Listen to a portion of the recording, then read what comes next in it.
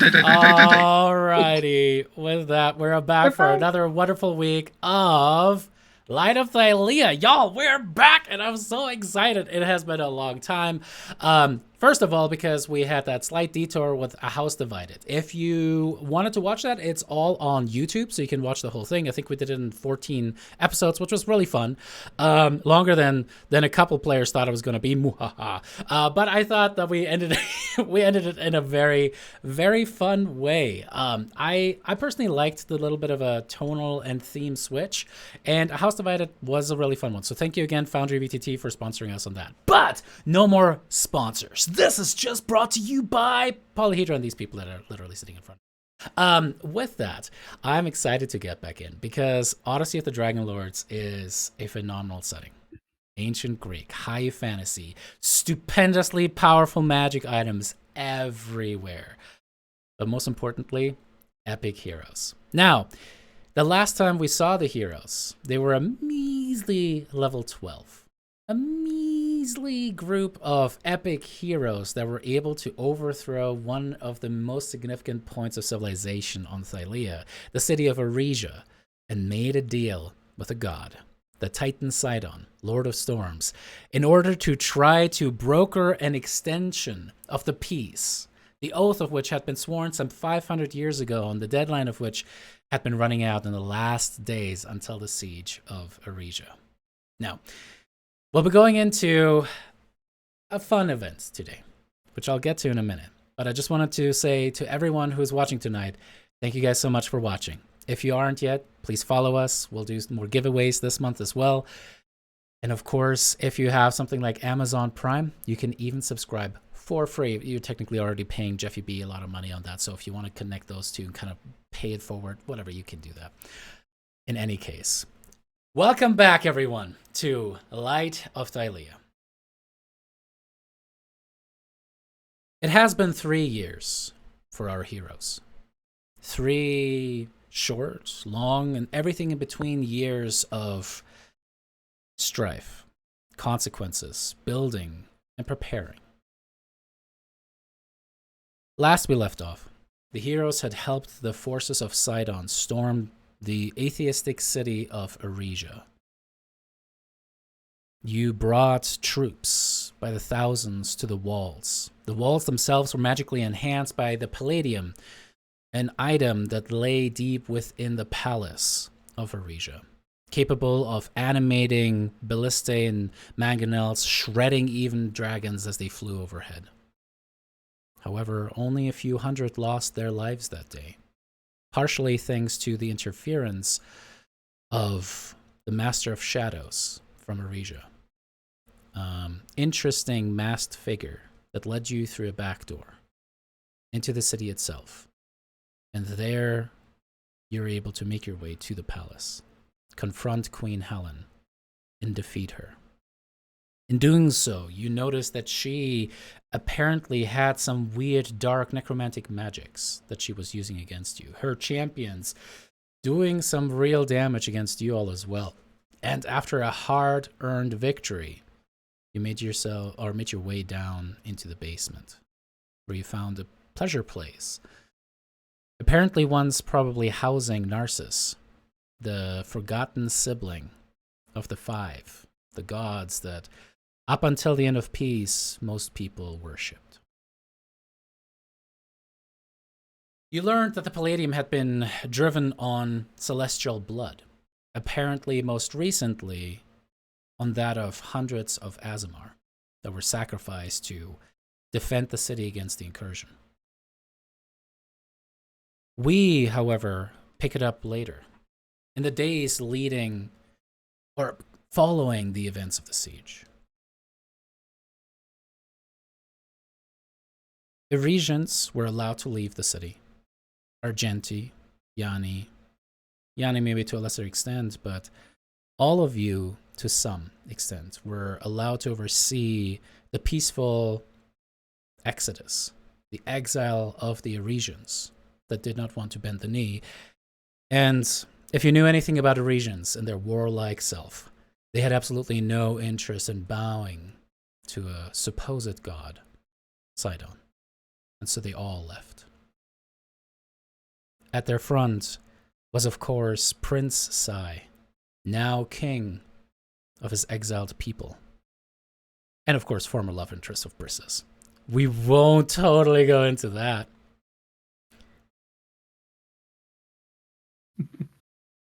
He was denied. In those days... we killed his mom, so... Yeah, a little awkward.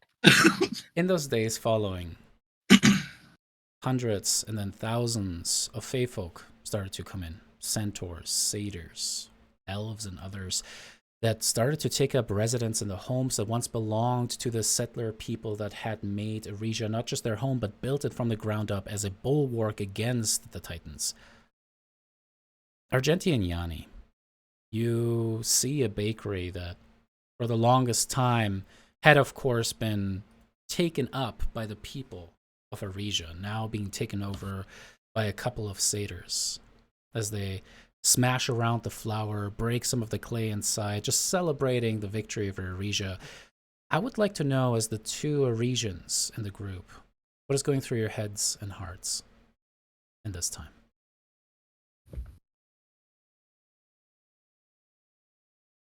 An absence of feeling. Yeah, just an absence of feeling, just a sinking depression and almost a feeling of like I've sold out, even like sold my soul to something I don't approve of. I try to avoid looking at it, of the scene that's happening with things being destroyed, just because it's just hard to watch my home be treated the way it's currently being treated. Yanni, you come from a very different background. Maybe one that was less, let's call it privileged, than some of the other Eurasians that had to leave their home, or even Argenti, who's standing next to you now. What's going through your mind? Once Aresia was in his rearview mirror, Yanni kind of never looked back.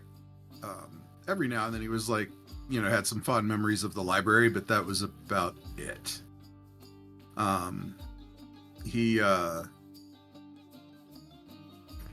He doesn't so much care about what happened to the city, but he's concerned for the street people, for the homeless people, the urchins and whatnot that are where he was for most of his life. So he's kind of committed himself to helping make sure that as many of them get safely relocated, they don't get left behind, because they're on the fringe of society or whatever. That's really more what he cares about. And you guys do a wonderful job. Maybe some of the stragglers do end up deciding, rather than possibly marching for hundreds of miles to a new location that King Sai is going to be deciding on, to ultimately stay behind. And it's mostly because of the kindness that you have shown, Yanni, that these people do decide to come back, or stay, more so. In those days following, as you guys are just overloaded with a lot of the managerial tasks that are involved with taking over an entire city and making sure that it is correct, done in a way that is humane. Estrella, there's a massive boom and a lightning bolt so bright that everyone but you has to avert their eyes. You seem to look at the light, and within it, in mere milliseconds, you can see a form traveling down the path and then appearing as the towering titan that he is. It's, of course, your grandfather, Sidon himself. He stands in the middle of the Ahura of Aresia itself. Many of the straggler refugees in the last few days, on the day of the end of Oath of Peace, look up in fear and awe at Sidon and begin somewhat to cower and hide behind walls. However, all around, the fae folk that had come in, and of course the soldiers of Sidon, cheer and jubilate at the sight of their god. His eye scans over the crowd and ultimately stands upon you as you see his massive hand open, beckoning for you to come forward.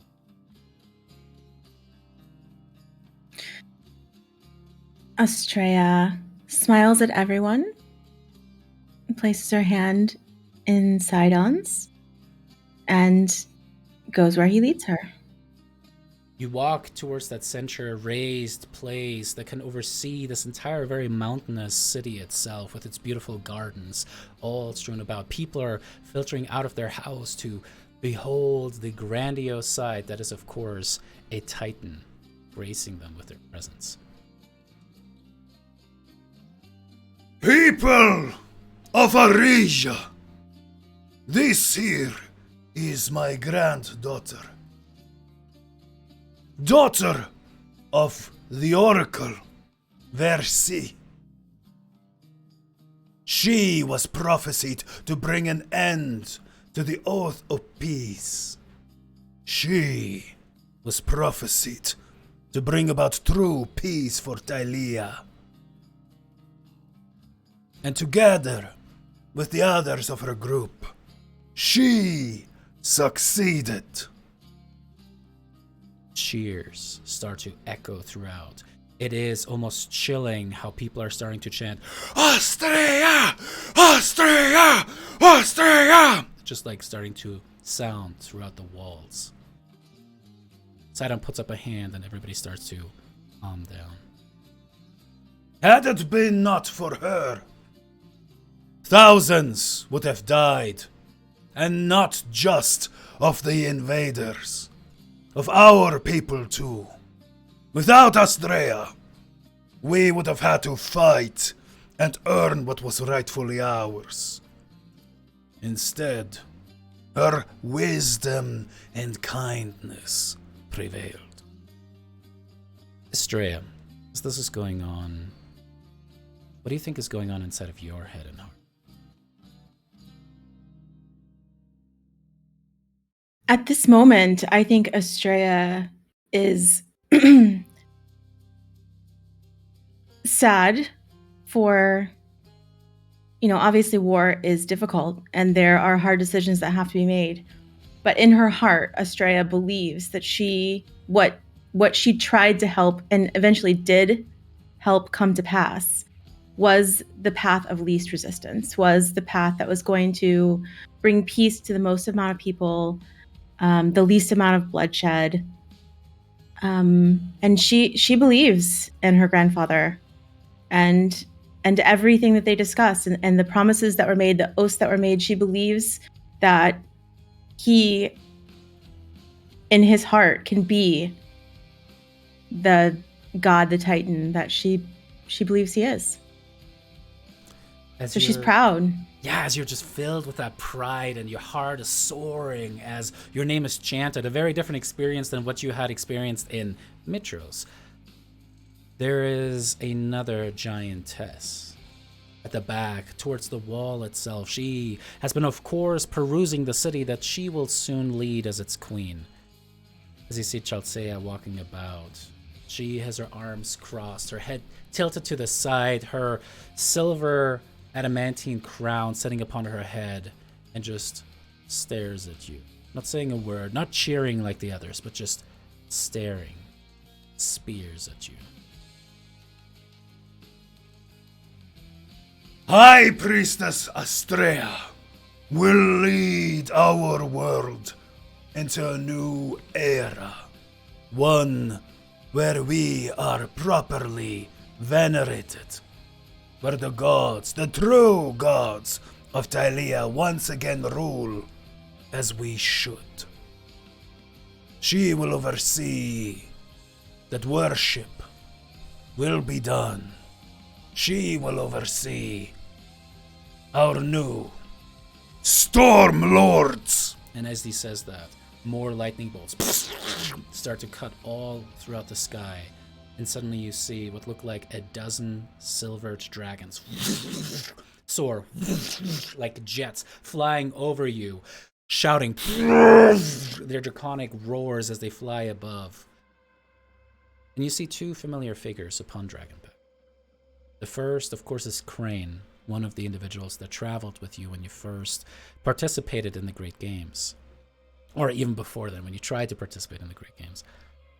And then the other is a familiar general. A man whose spear you took off his dead body. Well, you never got the chance to grab his dead body. For this is none other than General Gaius. He rounds around and you can see Gaius's eyes locking with yours, Brissa, as he kind of just circles around the walls.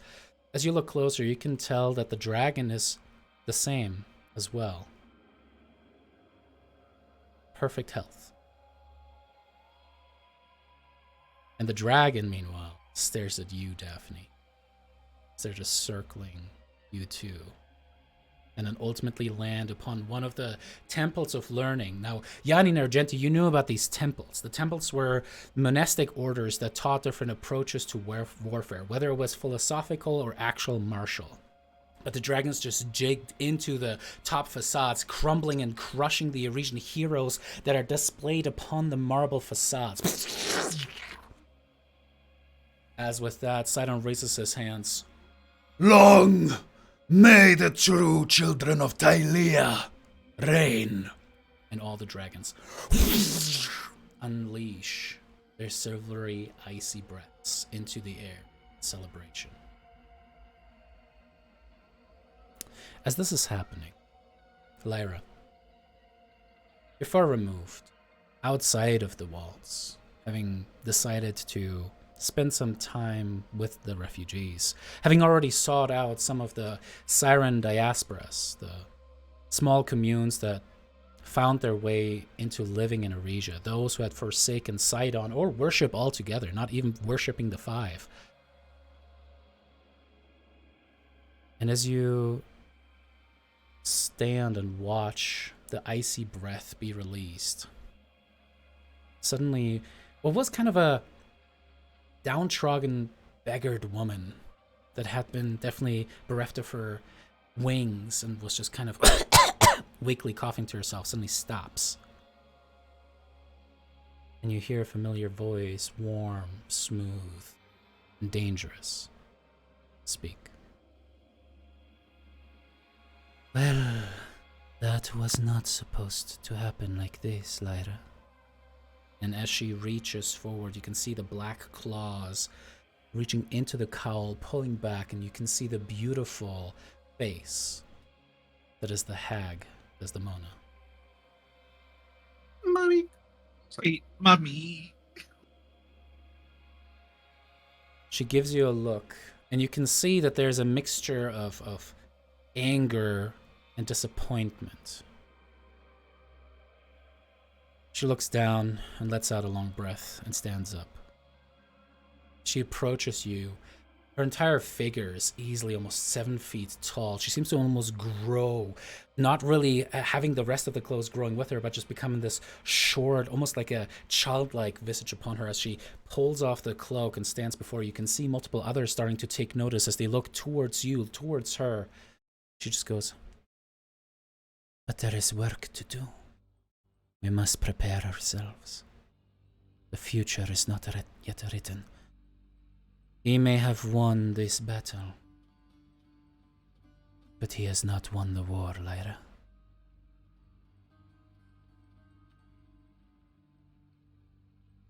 Can I have some time or go?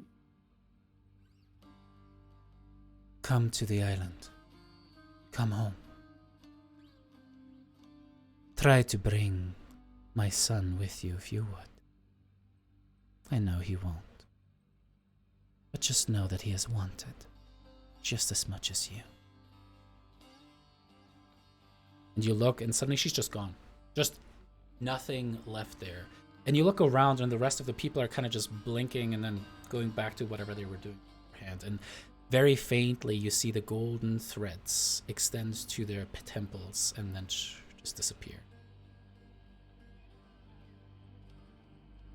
What is going through your head, Lyra?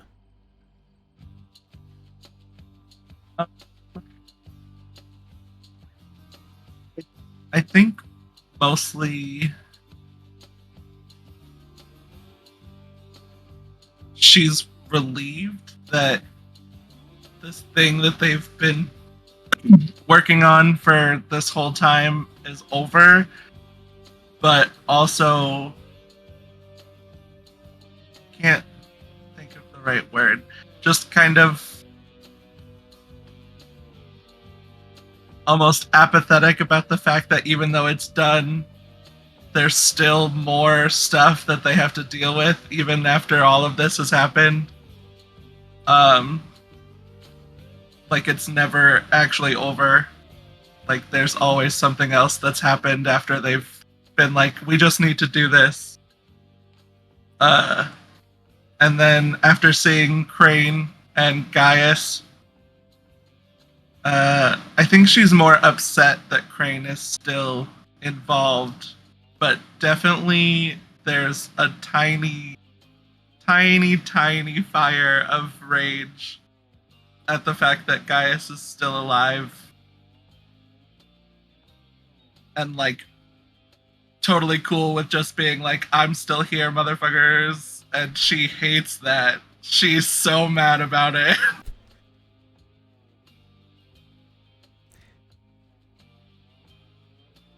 The day passes into evening, and a grand feast is put together. 50 oxen are butchered and prepared for the day, and then put in a massive display upon a long table. Different fruits and vegetables are set out. Dozens of different ethnic dishes from all across Thylea are laid out, and it is truly a grand affair. Sidon remained for the rest of the day, and Estrella, any questions that you had, any conversations that you wanted to have, Sidon made himself fully available to you. It seemed, again, to the chagrin of Chalcea herself.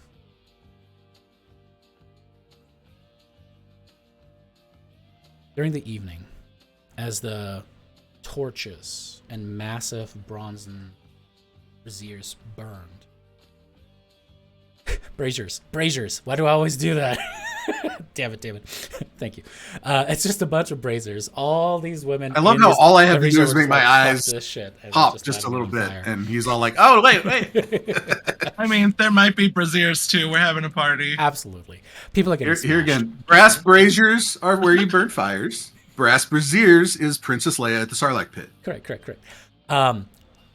As you are at the head of the table, enjoying yourselves, or maybe tensely looking in Sidon's direction, you all notice that there is something about the Titan. He doesn't eat, he doesn't drink, but he is jovial and almost an enthusiastic aura. He is cracking jokes and speaking with others, and there is something odd about it. To see a Titan, someone that you at one point thought you were going to slay, in such a jovial mood, there's something that just gives you a sinking feeling in the middle of your chest. To all except maybe Estrella. At these festivities, Acastus, who is seated next to you, Brissa, kind of leans in and whispers, Please tell me we did the right thing here. Well, I hope so. I think we did the right thing for now, for the people of Mitros, and whatever comes of it, we will see, and we will go with the punches, so to speak, and This do is what we I can like for the about you. people. I really wish Valos would have been more like you. Wise but willing to, well, throw a spear when necessary. I wonder if this means she will be back now. I do hate to break it to you, but I don't think there's coming back where she is. She's probably gone for good. She'll like put a hand on his back. Oh, that's going to involve having to find someone else. We'll have to get a list ready of all the eligible people I can marry in Mitros. What a nightmare. Best will say it as a joke, but she'll be like, "Oh, you can put me at the top of the list." What you're supposed to be. And there's just a moment where he kind of just pauses and thinks about it. Nah, you don't. And you see him actually blush a little bit as he kind of just like, oh, what is my glass? Oh, there we go. And he kind of just like hides his face a little bit and starts to drink. And in the middle of the celebrations, you suddenly see Sidon just lean back and relax. Let out a big sigh. Close his eyes and turn his face upward towards the night sky that is just scintillating with beautiful stars, millions upon them, and of course, the golden heart shining the brightest and greatest out of all the stars up above.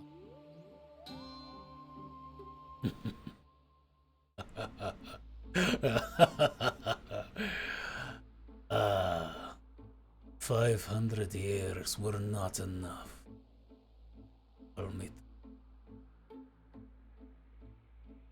People are all turning towards him, some of them kind of confused that he would mention the oldest of the mounts of the Dragonlords, the Silver Dragon Belmitria, whose horn Lyra is still carrying, and whose body, you know, is interred at the necropolis that the Archwizard Daemon oversees. As you look at him, with a self-satisfied smile, the sinking feeling kind of deepens a little bit more, and then suddenly, the earth begins to rumble. Multiple of the people start to hold on to the, table itself, trying to make sure that their, drinking implements are not falling over. You can see some of the buildings themselves start to shake, and Sidon just closes his eyes and leans back. As people are starting to get worried, nervously laughing, looking about, all of you suddenly feel something pass through you. It's almost like a millisecond of time stops and then starts again. And you hear thunderous roars of massive lightning bolts clashing all throughout the sky. Something that years later you confirmed everyone in Thylea felt and witnessed, saw. And Sidon just goes, Yes! Drink! My mortal friends. For tonight is truly the greatest night in Thylea's history. Have my blessing. Endless drink for the rest of the evening. You shall never want for anything again, as long as you worship me and follow the High Priestess. Praise be to me. as lightning forms out of his body and he disappears into the sky once more.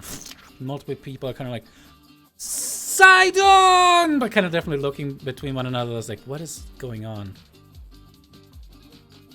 As you guys sit there looking at each other and maybe making some remarks, Daphne, you're the first one to notice her as she sits down next to you. But then one by one, first Yanni, Brissa, Argenti, Lyra, Estrella, you all look up, and there you see Kyra. Now she has her hood up a little bit, and she definitely made it look like she has satyr horns, so as to blend in and not draw too many eyes, but it is her face, unmistakably so. The goddess of muses, of bards, of poetry, sits at the table, out in the open, in Eresia, amongst everyone else. But most importantly, she is sitting in front of you, Lyra. You, who inadvertently led to her death, making an oath to stay away from you, sacrificing herself in the process so as to try to prevent you from dying. She kind of looks up and says, listen, there isn't exactly an easy way to talk about what I want to talk about. Would you guys like to get out of here? Yes. Oh god, yes. I think Lyra is like mid glass of wine, like up to her mouth.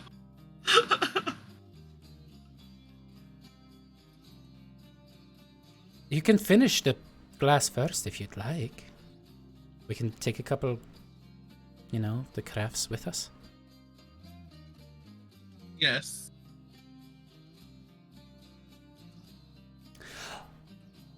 Bristol will go grab like 2 barrels and be like, all right, let's go then. You guys walk away and there are people cheering. Light of Thylea, yes! Praise to Sidon! Hail Sidon! Hail the light! As you guys are starting to walk out of the city, make your way out of the wall itself and into the forest. It seems like Kyra has already a small campsite set up for you. A small bonfire crackles and pops. You can see that little logs have been kind of rolled up next to the fire. She sits down upon one and stretches her arms out as to indicate that the rest of you are welcome to do the same.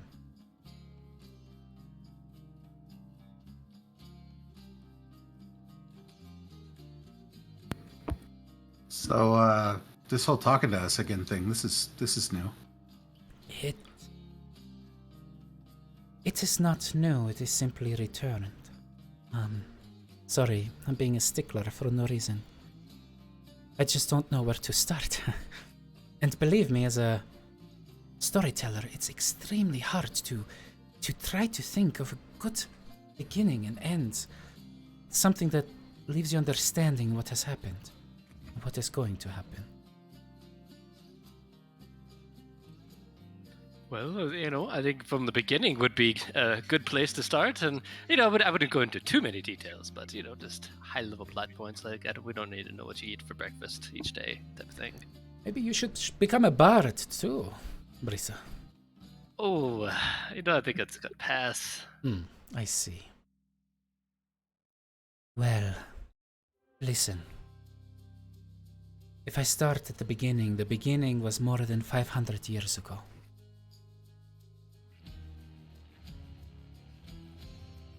I am not a god. Not anymore. This is not a joke. This is not a prank. Sidon has not put me up to this, no, Yanni. I was only a god for the period of the Oath of Peace. I, like my mother, Mitria, arrived on Thylea centuries ago. With her, we tried to help the others to stand against Sidon and Luteria. And we were crushed. She seems to try very hard to stare at the fire, though it seems like there's something percolating inside of her chest. We were betrayed. And in the end, we were going to lose everything. My mother, she was mortally wounded in the last fight of the First War.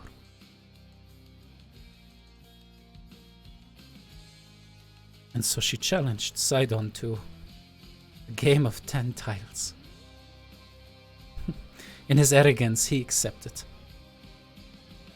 She swore that he would get more and more power, more control, that the dragons would oversee this, that we, dragons, would do this. The reason why Hexia was in love with my brother is because she and him were... Well, my mother raised us all together. She was not included in godhood.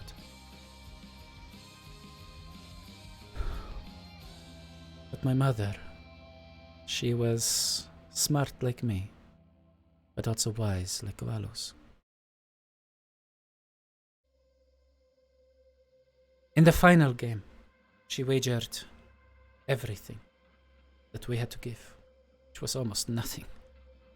She challenged Sidon to wager part of his divinity itself.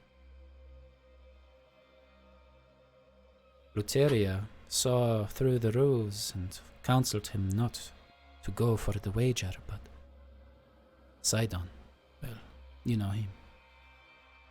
He doubled down. He took the bait.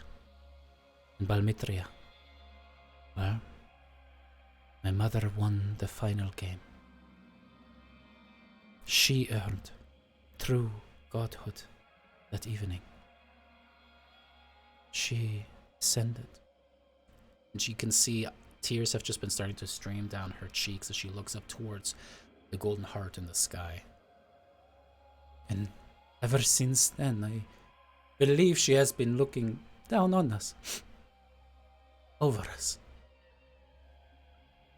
But I have not heard her voice in 500 years, so I do not know what has happened to her. As part of the wager and as part of my mother's gift, all of us became gods. But unlike my mother, we knew that our days would be numbered. Sidon was clever. He required that no one would ever know about the oath that my mother and him made. And therefore I was not allowed to tell you. I wish I could have told you the truth. I am sorry. I'm sorry that I had to lie to you. I'm sorry that I couldn't do more. Sorry, I didn't do more. I had 500 years and I did nothing.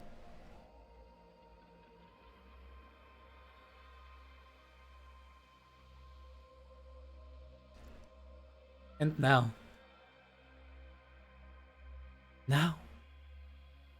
I am me again. There are no 5. My mother Mitros, Almitria, she's still in the sky, but her voice, her power does not reach past the veil that Sidon and Thylea and Kentimani and all the titans have created around this hell of a place. Nobody can escape, nobody can go. It was just us. Luteria played her cards well. She took my brother, my sister, and my father in one smooth, fell swoop. And now it's only me.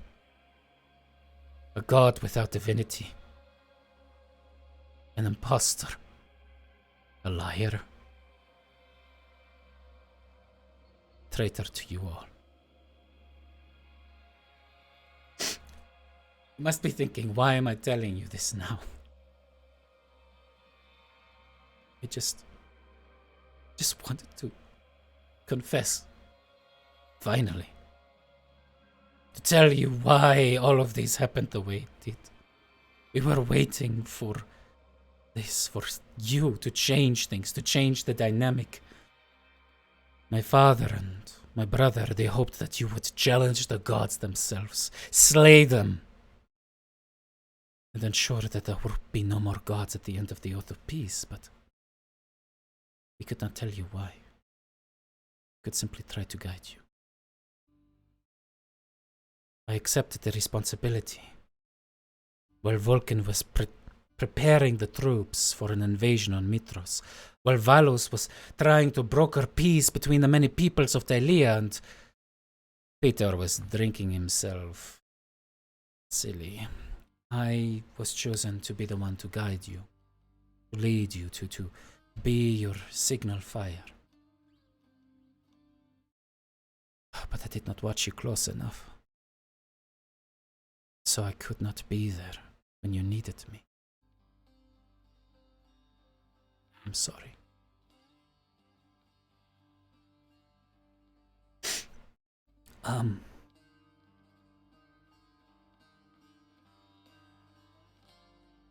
I know this is a lot to take in. I don't know what comes next. I usually relied on Valus to make those kind of decisions instead of me. And now she is permanently dead. And there's nothing I can do. And I will likely be hunted by Sidon and his kin. for the rest of my life. I don't. What if we just make it seem like you died? I think it should be pretty simple. Estrella's gonna stand up and look at Kyra kindly and smile. Forgive me. Nope. Forgive me. I. Forgive me. Nope. Forgive me. Nope. Thank Nope. Forgive me. I think it is probably best that I excuse myself. And you can Did I- see the tears are starting to rim and start to stream. Are you? I wish you. Please don't abandon me. I am not abandoning you. I wish you every happiness. I just think that it is best I am not present for the rest of this conversation. I understand. In that moment, Estrella, the memories of your auntie Kyra flash into your mind. Kyra and Versi were best friends your entire life. She would come and bring you spices and toys and books, including Tusk Love, to your little prison in the Temple of Verses. She was the fun aunt that told you what the bees and the birds really meant. And she was there for every one of your big events, every one of your birthdays, every single thing that you wanted to do, busting you out of the temple sometimes and taking you on trips that even Versi didn't know about or would have definitely not agreed to. In this moment, as these memories flash by you, the laughter, you just watch this broken woman just cry, and her shoulders just sink down as her little brown curls bob as she nods. It's okay, my love. I understand. Thank you for saving so many people. You did well. You did very well.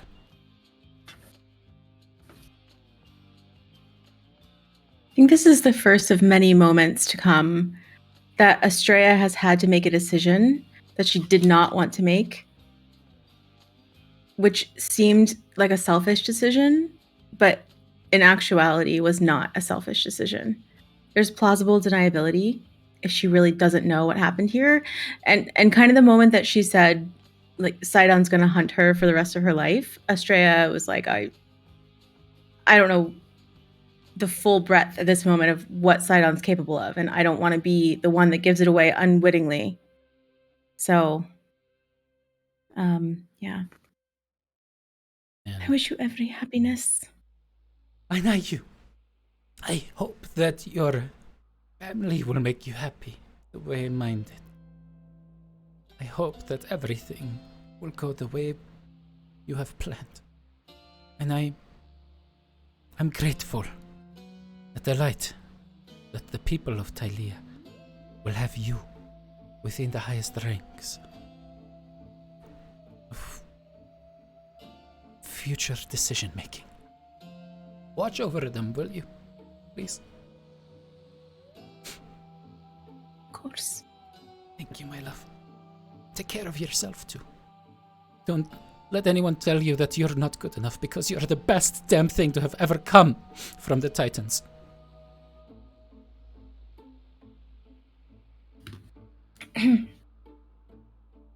She'll nod.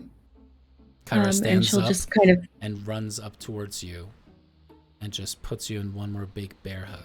And where before her hugs had so much power behind it, but you could tell she was holding back, that is still there, but she definitely feels slightly weaker and smaller somehow as she's giving you that hug.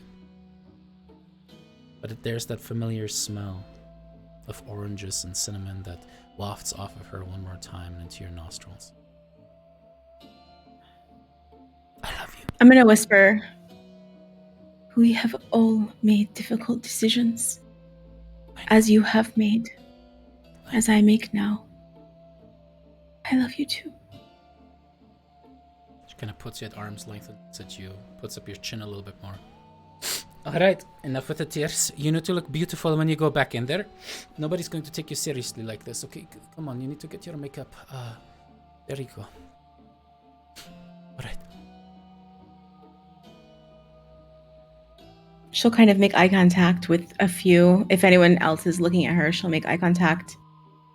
You can tell there's a little bit of... Although Estrella really, really believes that she did the right thing at this moment, there's a little bit of... She's ashamed a little bit. And those of you guys that know her well would definitely see that. And she's really trying to, like, keep her chin up. Yanni, as you watch Estrella walk away and kind of fade into the darkness and the moonlight, you notice that Kyra, during the entire thing, has not taken a single look at Argenti, almost purposely walking a longer path around the bonfire to sit back at the log that she was sitting at before. Brisa, you bring up a good point. We need to decide what we're going to do going forward. I don't want to leave the... I don't want to leave the people. But if that's the best for them, then I don't know what to do. I'm not a god. There's nothing I can do to bestow them. I don't know. I think we can look after the people, but I think you need to die in the sense of fake death and public. You know, the more public, the better, and then you can go about your ways and be someone else. And if the time needs that we need you, we can call upon you again. But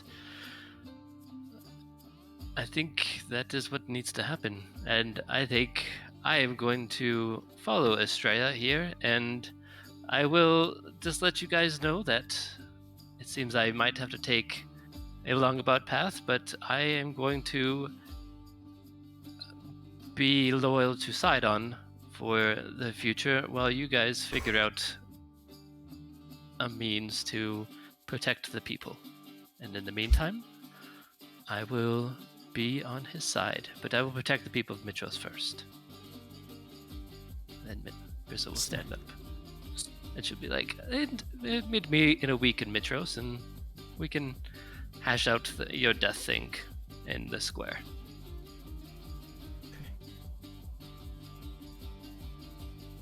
She'll trace after Estrella.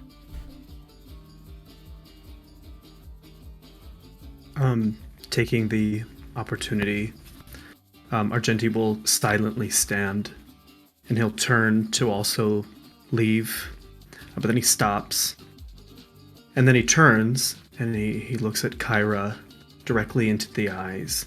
She's not. She kind of watched Brisa walk away. She can tell that you're looking at her, and she just looks into the fire instead. And he'll say, "I'm so sorry for everything I've also done."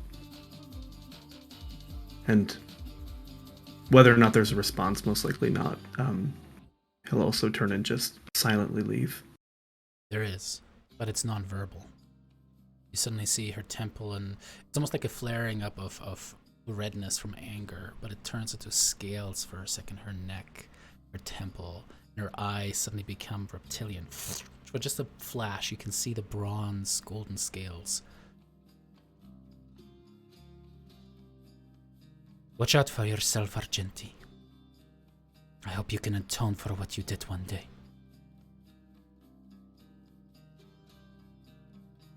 Just turn and leave. Pad looking, face looking at the ground. Once he is out of view, her eyes go back up. This time they're hard, angry.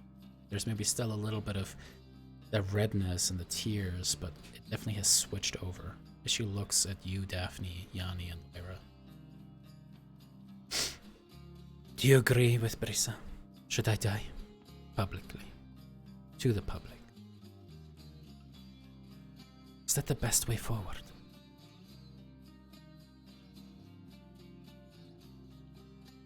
I don't know. Either that or make some big public display of, oh, Sidon beat us and blah, blah, blah, and I'm going to go live with Mom in the stars or whatever, and then disappear. That might work too. That might keep Sidon off your back a little bit better.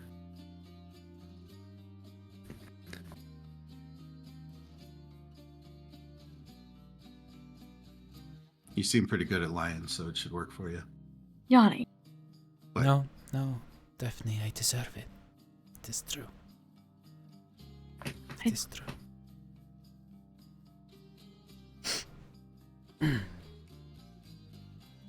Maybe I will have to challenge one of them. Brisa, Estrella, publicly. You guys can find a way to broker this, to make it happen. Have Brisa drive a spear through me. Yanni, I will need help from few people at the academy that you trust. Do not tell them what it is for, but we need scrolls of particular magic called Major Image. Multiple of them. Okay. We will make this a grand show. Brisa will be able to take the credit and hopefully ingratiate herself further.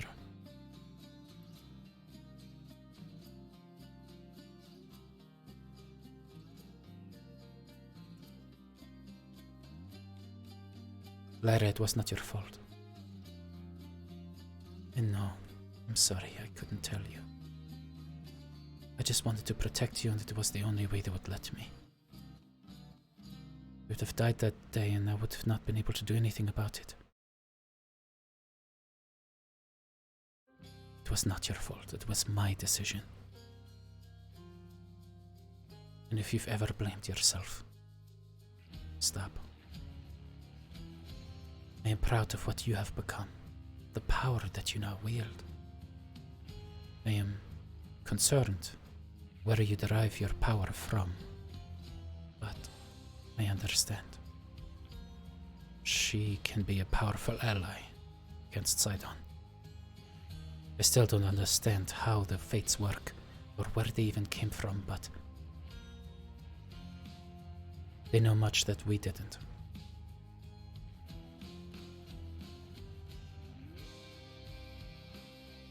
I think the moment Kairos said Lyra's name, like, it just became like full body shaking sobs. As she says those words, she like slowly approaches and kind of holds out a hand as if to ask permission to touch. Kind of trying to make eye contact with you. I think Lyra gets up and like almost like tackle hugs her.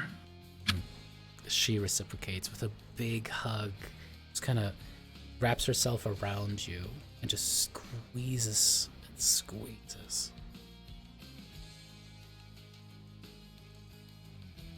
I'm just glad you're okay, stupid. I wish you were the first to call me that name, but, you know. I'm glad you're okay, too. I was worried that Sidon was leading you to Areja on false pretenses, that he was going to stab you in the back or something. I'm so glad that you're alive, that you're okay.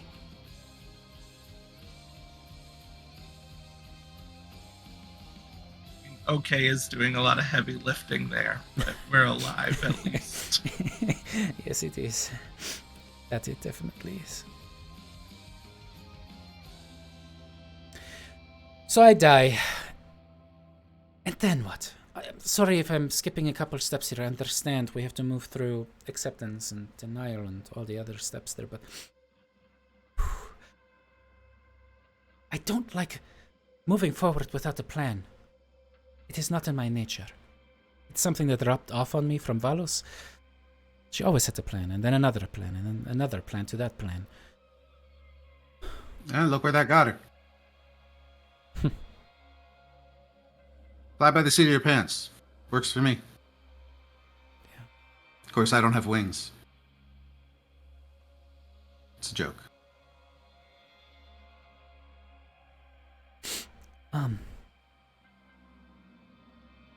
So wait, okay.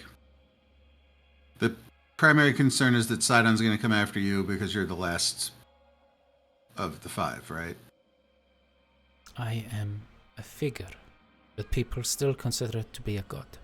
I am the Right, last. the rest of the world doesn't know. They're still going to view you that way. Correct. And so Sidon views you as a threat, at least on some level.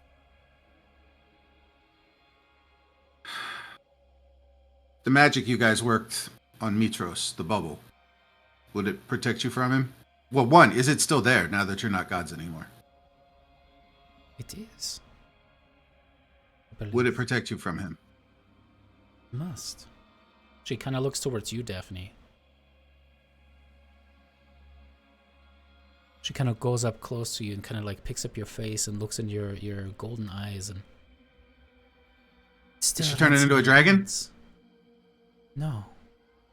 She still has the godly blood within her veins.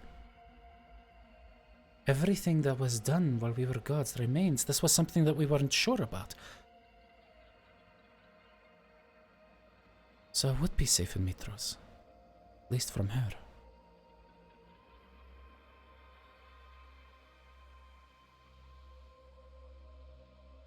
In Mitros I will be then. How can I be helpful to you? What do you need me to do?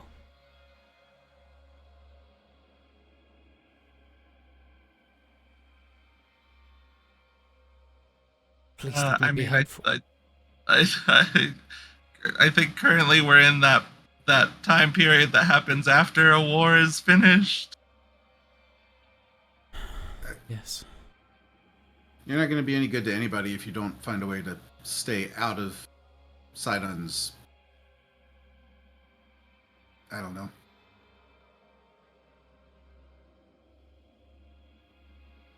I wove a last godly spell upon myself before I made it here. I hope he still cannot see me for the time being, but when it is done, I will take off tonight then, for Mitros. There's probably going to be an influx of people there. I'm sure Brissa won't mind the help. Or the taxes. Or the taxes.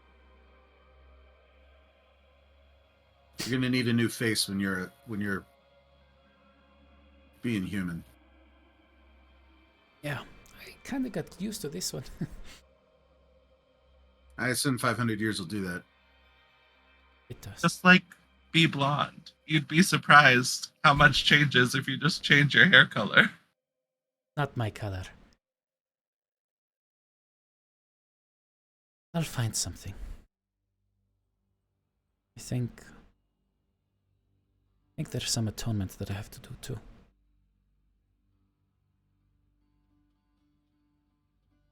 For now, I will stay on the streets. Hear what people have to say. How things are moving in Mitros going forward. Maybe you're right, maybe I'm jumping ahead. First, we need to find out what the next step is, or can be, and then we can determine what to do.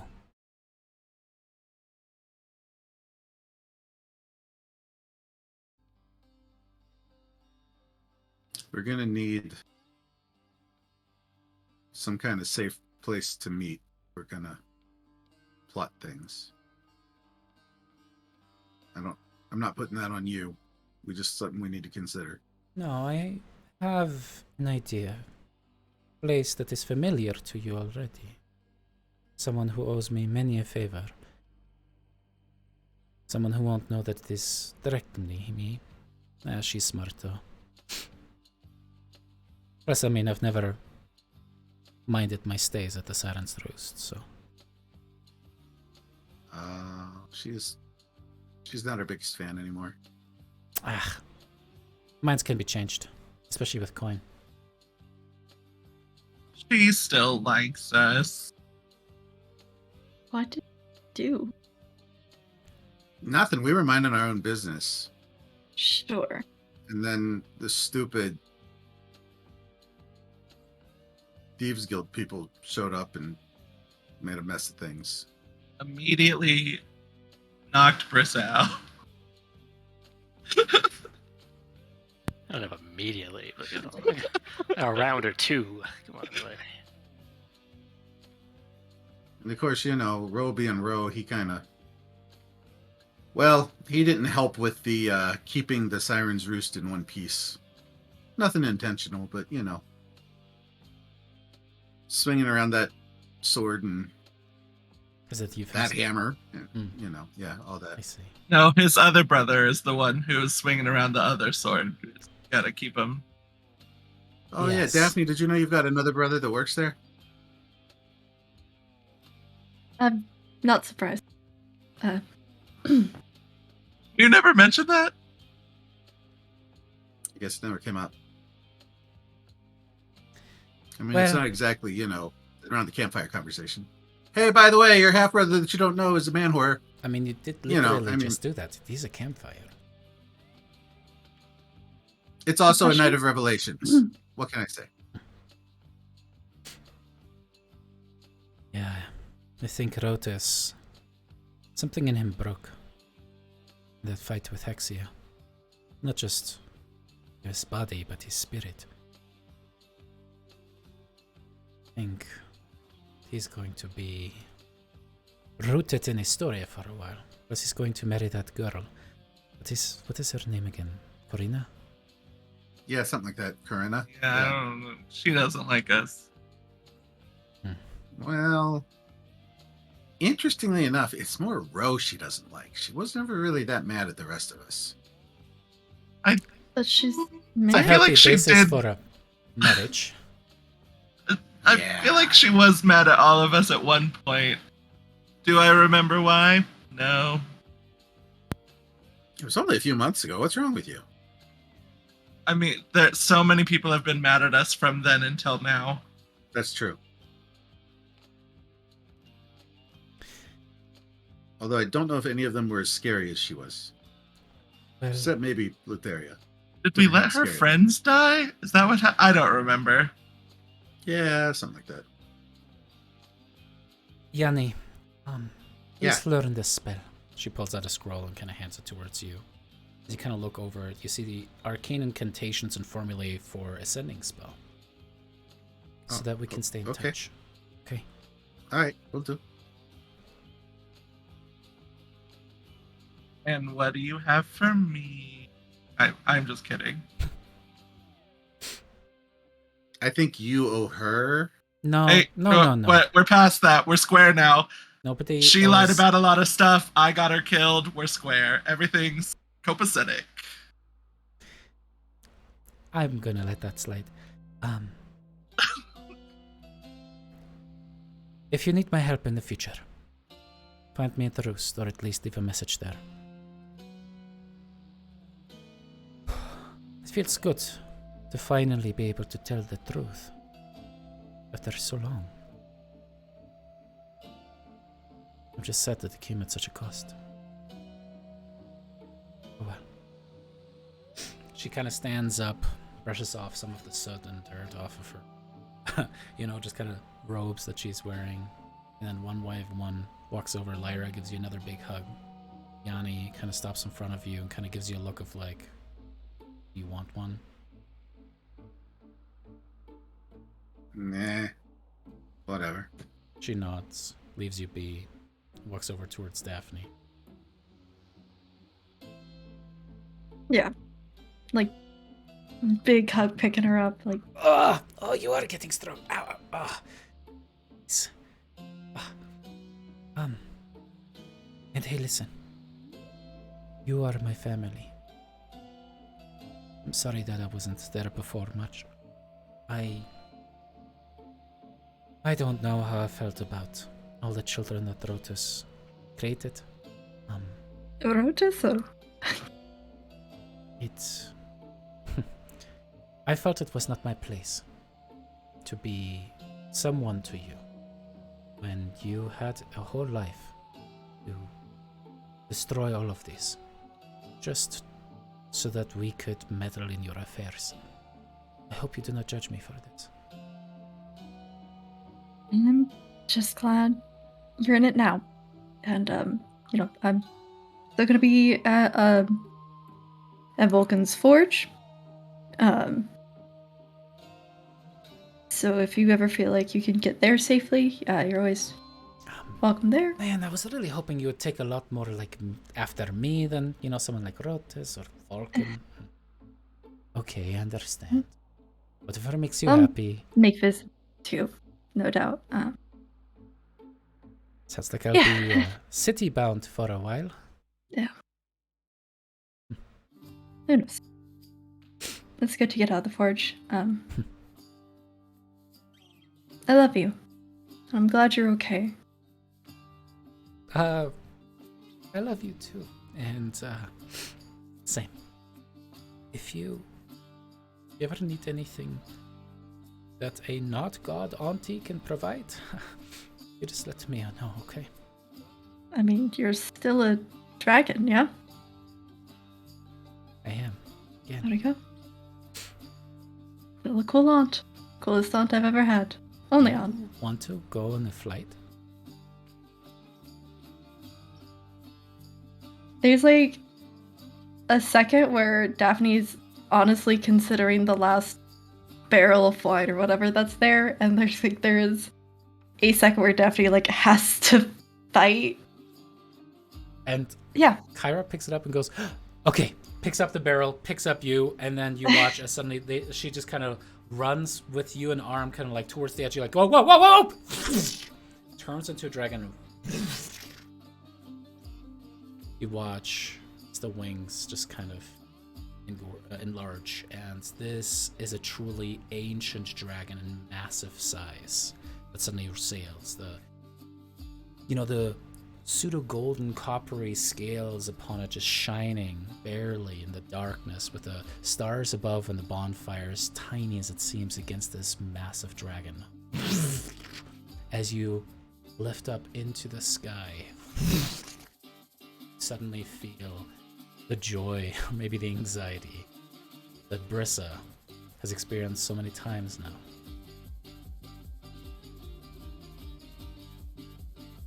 She sets you back down. Yanni. Oh, go ahead.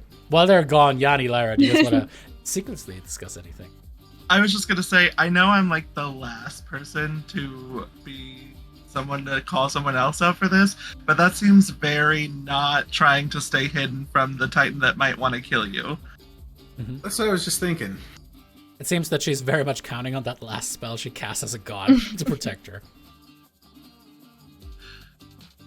Look, as long as it's out in the universe now, I just wanted to put it out there. No, sorry, I didn't want to interrupt, but Yeah, no. She sets back down. It is Kyra, not Valis we're speaking about. Turning back into human, he goes, you would have made a fantastic Dragonlord, you know that? Not for me. Not for me. It's what I was raised with. Well, speaking of raising, Brissa ever manages to get that little pup of hers raised all the way to adulthood. Maybe some of you can ride upon my back while we soar through the skies with Brissa. Yeah. And I'm sure Brissa might need help with her young dragon. Yeah. Just be careful who you let around the young dragon. Keep an eye on it. Don't want Sarah disappearing. I don't know if I'm going to be around that much, but I'll pass it along. Yanni, Lyra, please. Do what I can. Also, Hey, you wanna have a little bit of I'm fun? gonna be around that much. You want to have a little bit of fun when you get back to Mitros? Make yourself look like a ghostly version of your sister and fuck with the Castus? Deal. Will do.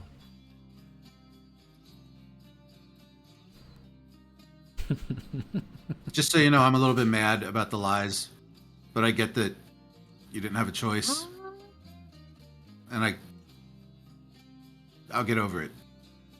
Just so you know, you're in a tough place, but trust doesn't come easy for me. I will do whatever I can to earn it back from all of you. Thank you for giving me the chance. Stay safe. See you back home. With that, she turns around, rushes, and turns back into a dragon. And Girl, what? I can't think that her spell made her physically invisible to everybody but us. That's what people So still she's- have eyes. We're not all blind now. Just gotta trust that she's gonna be okay. She was not the one known for wisdom, so what can you do? she's really good about flashy shows, though.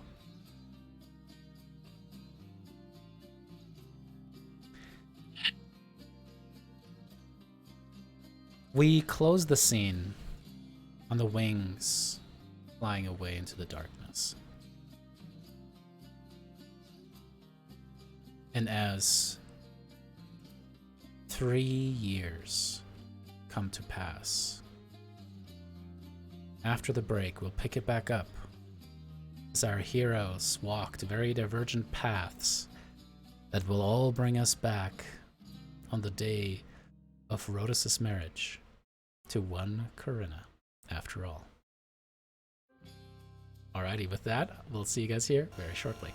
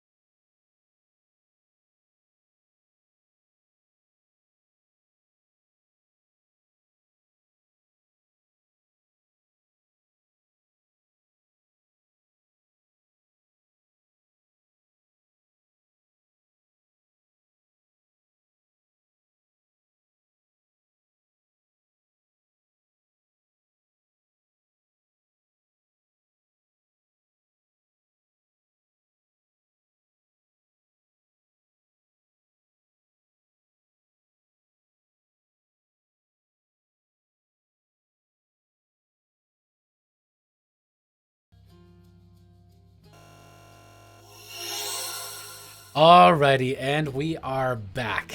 We are back, in fact, 3 years after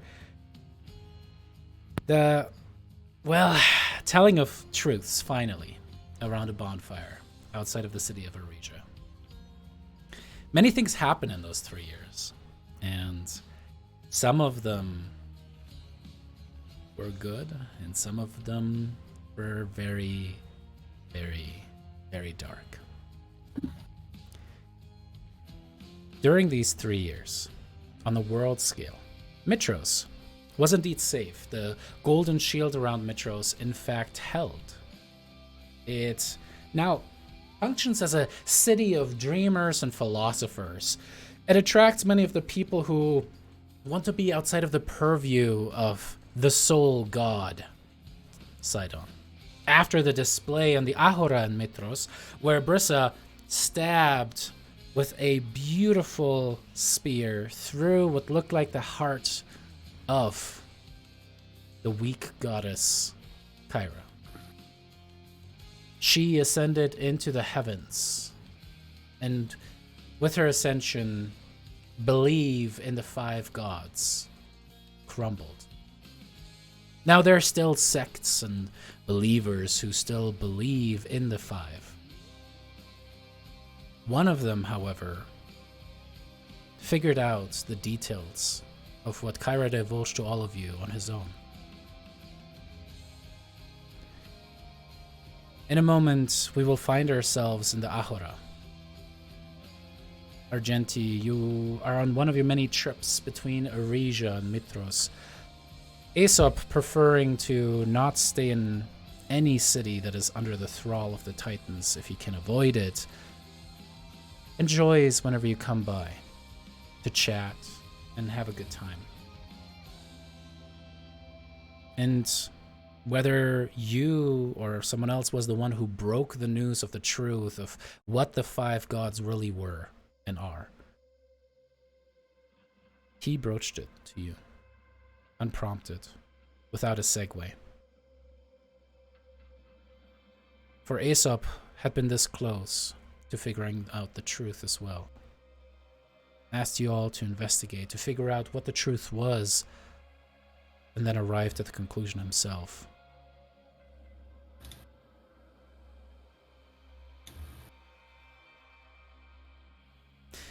These tea and wine dates continued for the years, and Aesop became had already been a close confidant of yours over the years, but the two of you became even closer over the shared loss of your children, over the work that you were now doing in Aregia, having opened up the academy. Of course, the Aresian Academy being a little bit different than the one in Mitros, an academy focused on children, on gathering the gifted orphans and those without families to keep them out of the reach of Sidonian indoctrination. Meanwhile, we find ourselves within the grand temple to Sidon within Mitros. Of course, the Temple of the 5 had been threatened to be torn down multiple times. Gaius, Chalcea, and even Sidon calling for the destruction and demolition of the temple. Brissa, you found yourself changed. You returned to Mitros, and Akastos was about to go through the motions, and he stopped and smiled and then shook his head and then looked you in the eyes and said, "I once married a woman because I thought it was the right thing to do. I fell in love with her despite the political arrangement of our positions. And it broke my heart. I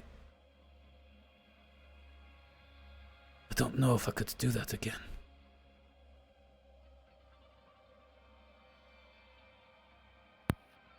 Bristol will hold out her hand and be like, "Well, let's make sure we don't do that again then."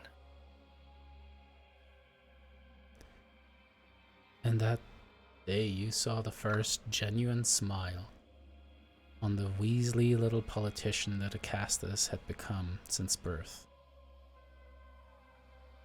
Only a few months later, Brissa, who had been supposed to simply be the adopted daughter of Acastus and Valus, instead became Acastus's new wife. And with that, Queen of Mitros.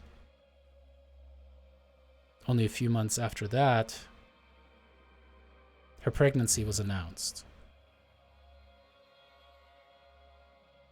And the normal amount of time, 8 to 9 months later,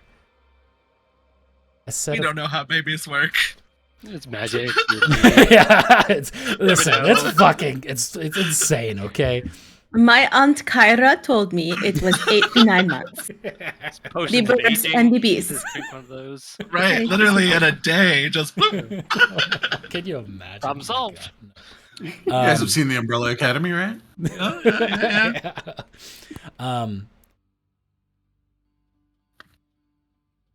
A set of twins was born to Brissa that day. Now, Estrella, as the High Priestess of Sidon, you were there. The midwives were actually doing the work, but you had been called in to bless the child of the Queen of Mitros. So you were one of the first people to see these two twins. As you walked over and asked Brissa, what will you name them? Brissa, what did you tell Estrella?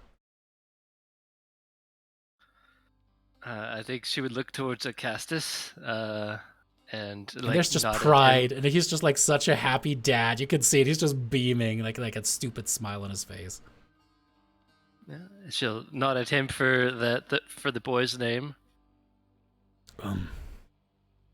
Well, call me crazy, but the name I would like to choose shall be a new beginning, much like everything that we have accomplished here. If you're okay with it, my love, I think we should name the boy Astor. I think that is perfectly fine. That it is Thank you, love. honoring Like, your ancestor. he kind of like almost wiggles happily back and forth. And what should we name our daughter? You know what? I've been giving it a thought, and I think we should name her Mitros, after the city, after former god. I like that. Do we have the blessing of the temple? As both of them look towards you, Estrella. Of course. All the blessings on your children. Sweet Brissa. And your highness. High Priestess.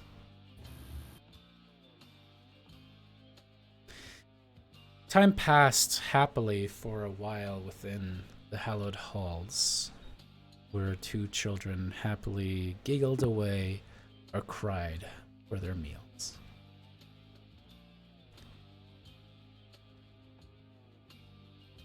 From time to time, usually on a monthly basis, sometimes every 3 or so months, Brissa and Estrella, you both were called back to Praxis, the Tower of Sidon, where of course you had that clandestine second summit, where you set the terms of the current peace.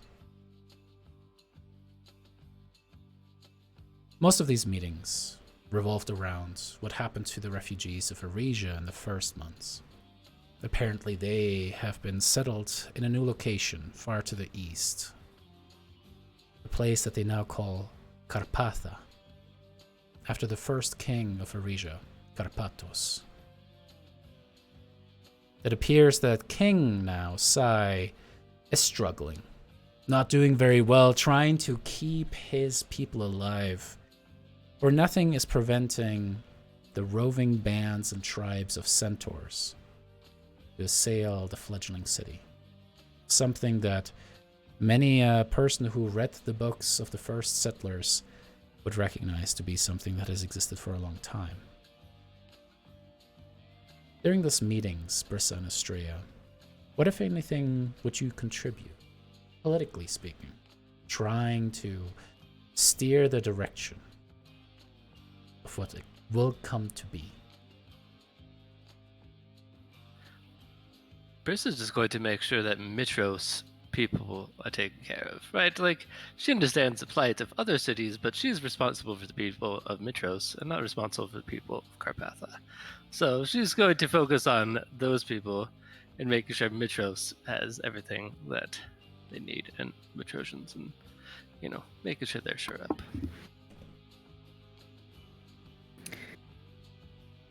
I think Estrella was very proud at first because really and truly believed that everything was going to be okay. Almost everybody was going to get their fairy tale ending, and that this was going to be great. Great. But as these sort of raids have happened and she's watched carefully, Estrella's perhaps not the most intellectual person, but she's very insightful. And I think there was always something in the back of her mind where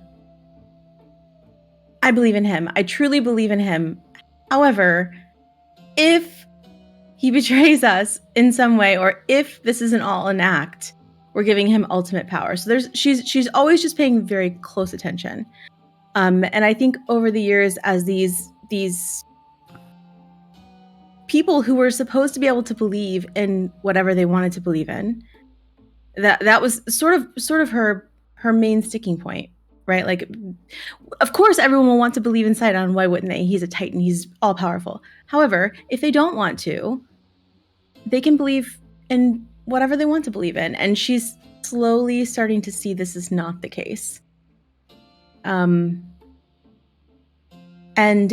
now Estrella is having to play a very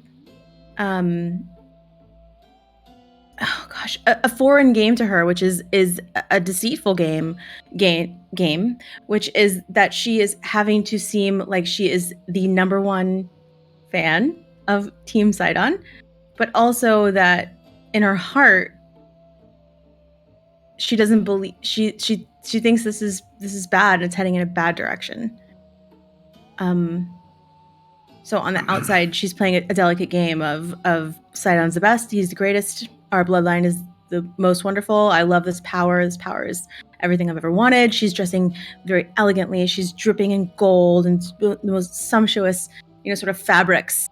But on the inside, she's having a bit of a hard time with the direction this is all going.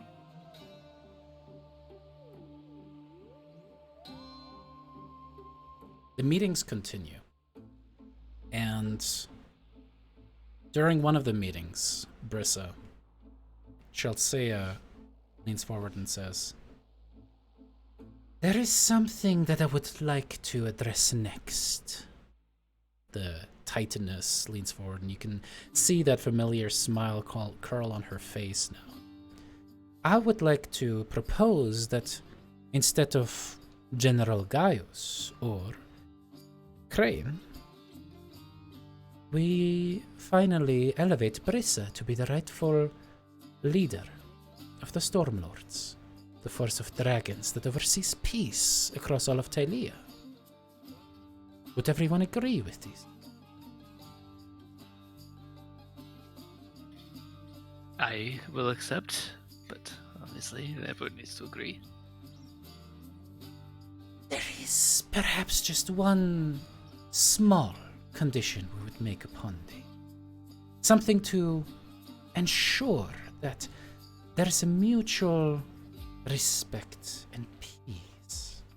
Something that will endure and solidify our lines with one another. You have been a great warrior of my father's.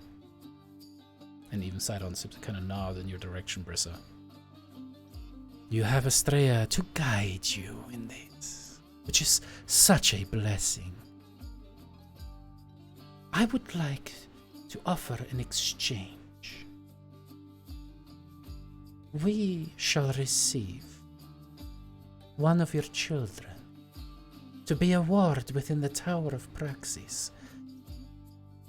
We will raise the boy or girl so that they know all that is important to Thylea, so that they can one day lead Mitros with the knowledge of the Titans, of the gods, so that they can take over the reins of the Stormlords.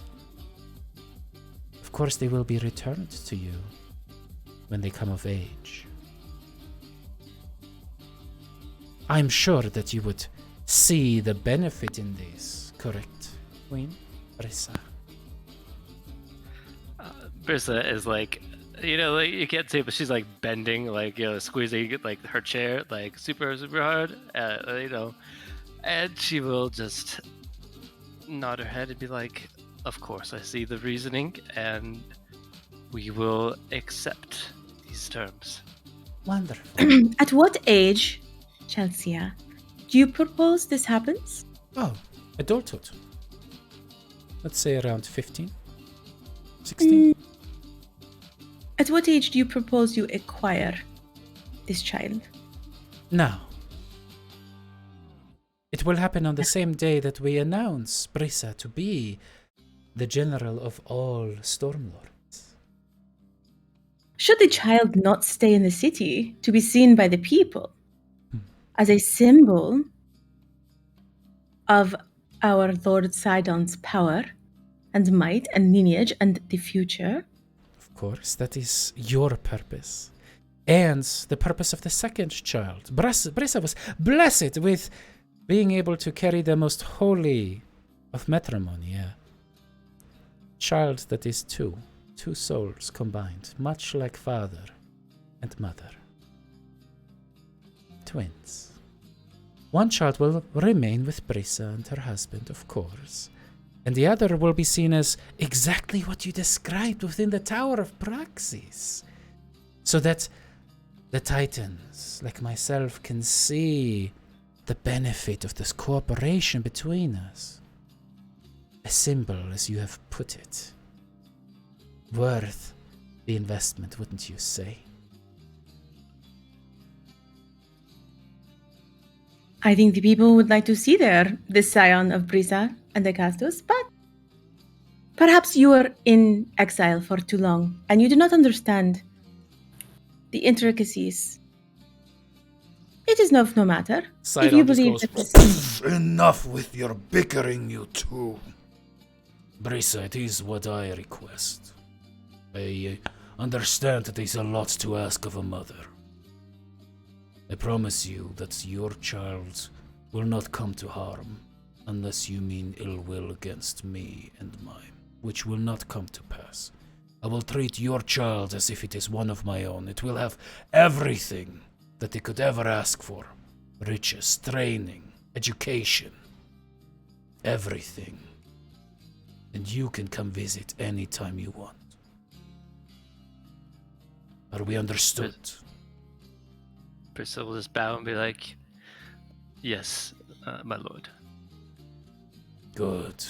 He kind of gives a withering look to you, Estrella, but an equally withering look to Chelsea. Just the subtext absolutely being he has enough of you guys sniping at each other at these meetings. You return from the meeting, being teleported back to Mitros. Brissa, as the magic fades away of the teleportation spell and you stand there next to Estrella, what do you think she looks like? What do you think is going on in your own head and your heart? What is what is visible on the outside from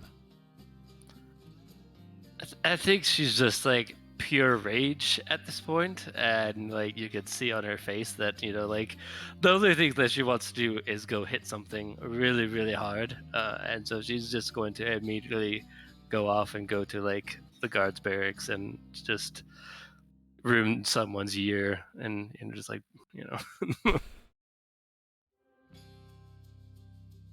Brissa storms off, and Estrella, you're kind of left alone within this room of teleportation. The guards kind of nodding towards you, withdrawing, bowing, all of them wearing, you know, either the colors of Mitros or the blue of Sidon.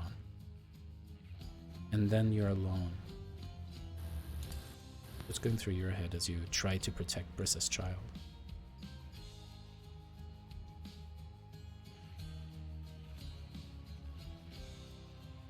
Is she frozen or is she standing very still?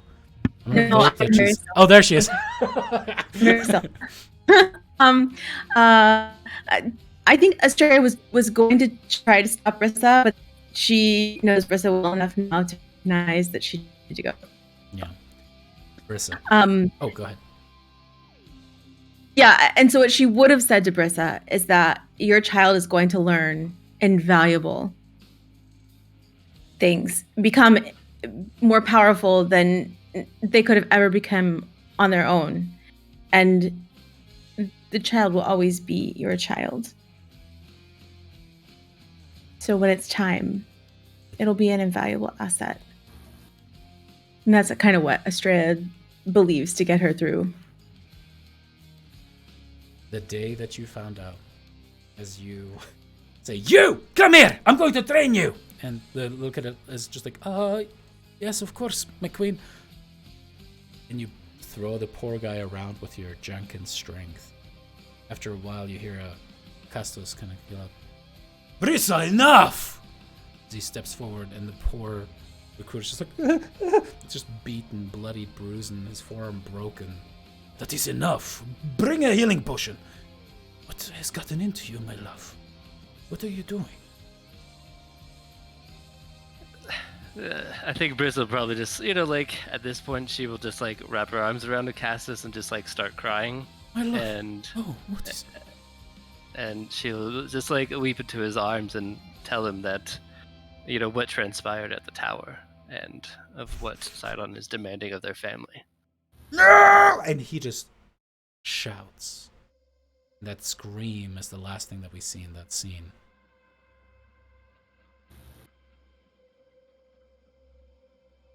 Argenti, as you're sipping the wine, it was never openly announced what happened to Estor.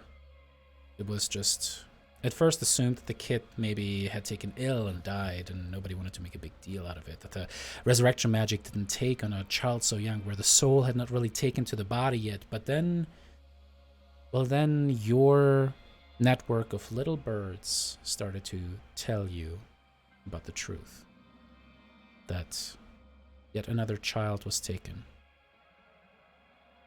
being raised by Sidon this time. And as you're kind of looking in that cup of wine, losing yourself in a swirl, the reflection of your own face in it, Aesop kind of leans forward. Are you still with me? The elf's long, straight brown hair kind of falls over. There's that gentle smile on the also very old elf's face. You seem to go away there for a second. So Estor is with Sidon. Are you sure? Exactly as they said. It's almost as if history is repeating itself. What do you mean? I mean, it's the same as my children, just different. Yeah. By the way, how's the search going? Have you found any leads on them? No, nothing yet. I'm Nothing. so sorry, my friend. It's all right. You also have your own problems, your own child-related I wanderings. know where my family is. I can visit some of them in the necropolis at any time, and I've buried the others. I want the same for you, my friend. And now that you have confirmed my theory about the gods, well, I don't know what to do with the rest of my life, I'm afraid. I dedicated myself to the Dragonlords. It is now gone.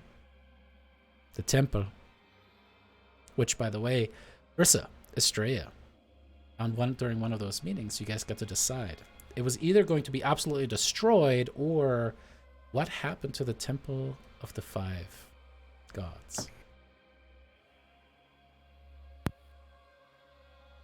Brissa would have just said 2 temples is better than 1 and reconverted. You remember, so there were 2 temples that were built across the Ahara of each other. Yeah. There was the Temple of the Five, which was older, but then the Temple of Sidon was a more recent creation. So they're literally across the street from each other. Probably what Thylea would have offered during one of those meetings is, Yes, indeed. And we are going to make it a temple of Luteria, my mother. That's not, they could just have a temple, 2 temples of Sidon, even more offerings for Sidon. Double the offerings, double the places that they can go. And that is what we're going to do. And Briss will just stare at him. Fine. We're going back to Aesop and Argenti. Just still, it seems so odd to have 2 temples to Sidon across from each other. They destroyed all the frescoes, everything that had to do with the gods. We were able to get the bodies to the necropolis, but that is about it. Everything else was plundered, taken. All the knowledge, all of our scrolls burned. But not all is lost.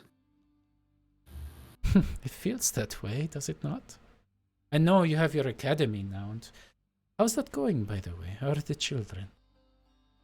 Well, it's actually the reason why I'm here, in light of all this bad news. It seems, although things are being destroyed or repurposed, the spirits of the people have not been broken. There are pockets of individuals who will not follow. I'm sorry if maybe I had a little bit too much of this wine. It is quite sweet. Sorry, it is just so dangerous. What does that have to do with your children? Not much, but I'll be honest, there is a much larger reason as to why I'm here. And it's to ask for your help. My help? Whatever could I offer you? I'm trying my best to right wrongs of the past and my own faults and the part that I played in the fall of everything that we know. And I'm hoping to piece together some sort of cause that can help us all, I don't really know what I'm saying. I'm not sure I'm following. This feels like another puzzling situation to me. What do you mean? What did you... A resistance. To Sidon? Yes. Something like that, although... differences are across the board, and not everyone feels the same way or believes in the same methods of the resistance, but I believe that we can form something, a real cause that'll draw everyone together. But to what end? If my research is correct, even the dragons, the Dragonlords in the end, only extended a truce for 500 years by some miracle. They got Sidon to agree to an oath. What chance would we have? How did they go about it? What do you know?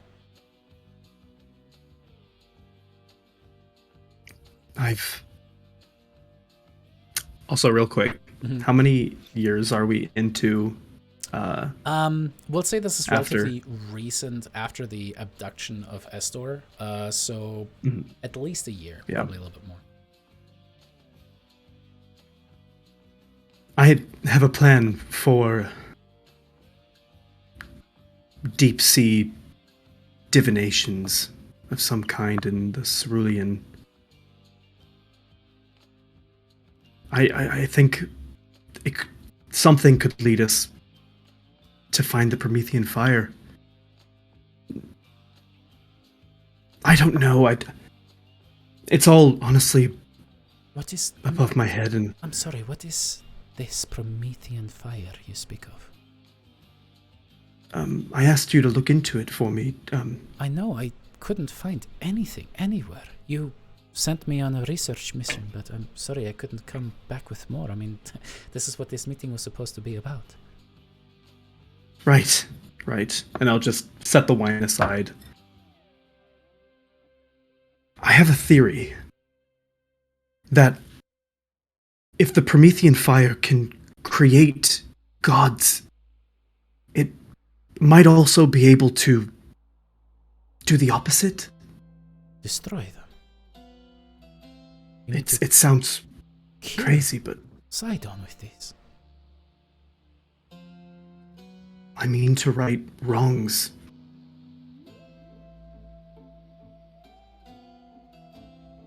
And you think it is located within the city of the Sirens, the sunken city? It has to be. No one's been able to find it. You have my word, Argenti. With every fiber of my being. For every injury they did against my family. I swear to you, I will do anything in my power to help you find the Promethean fire. And you feel the magic of an oath take a hold of you and him in that moment.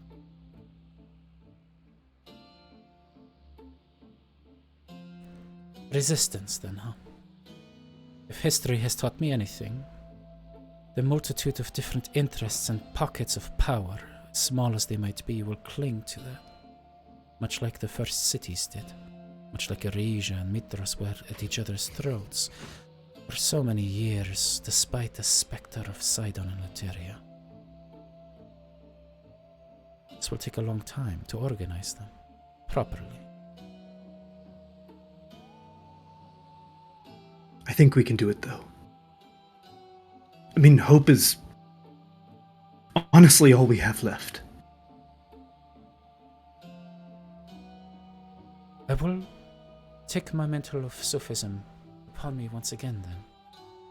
I will be your agent, traveling from city to city. It will make more sense for me to travel more often than for you. I will establish contacts for you. Thank you. Of course. Anything for the cause. Anything to defeat Sidon.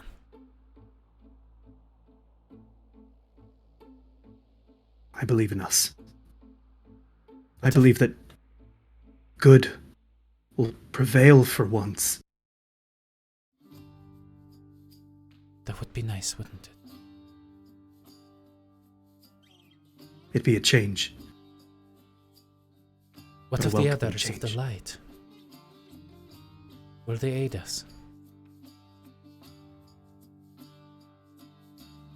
I have a few in mind, but it'll take some time to really figure out allegiances. You know, as I always say, trust yourself first. But I don't think it'll be a problem in the long run. Indeed. I think I will approach Yanni first. He always was the most level-headed out of the group, surprisingly. He can be quite a hothead.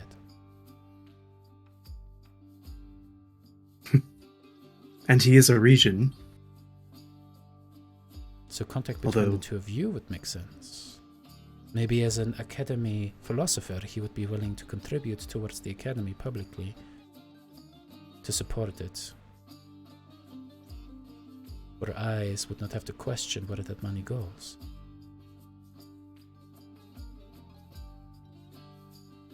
We should go now. I have been wanting to see what he does at the academy anyways. Excuse me, could we get a carafe to go, please? Yes, thank you. As you guys walk, Good idea. Isop kind of slides his arm through yours as you guys walk through the Ahura. We will probably die trying this, you know this. I welcome it. Too. They have taken everything from us. And we are going to make them pay. And this is one of the first times that you've seen Aesop just absolutely bloodlust in his eyes, just angered. We fast forward as you guys walk up the path towards the academy. Yanni, what does your very own office within the academy look like? Is it a messy place? Is it organized? Of course, there are marble floors, but what did you put in? Pun completely not intended, but it's kind of Spartan. I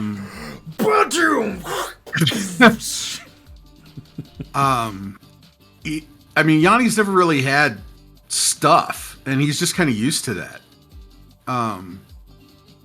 He's got a scroll rack that's kind of his collected scribblings, mostly just the stuff he's written, a couple things he's collected.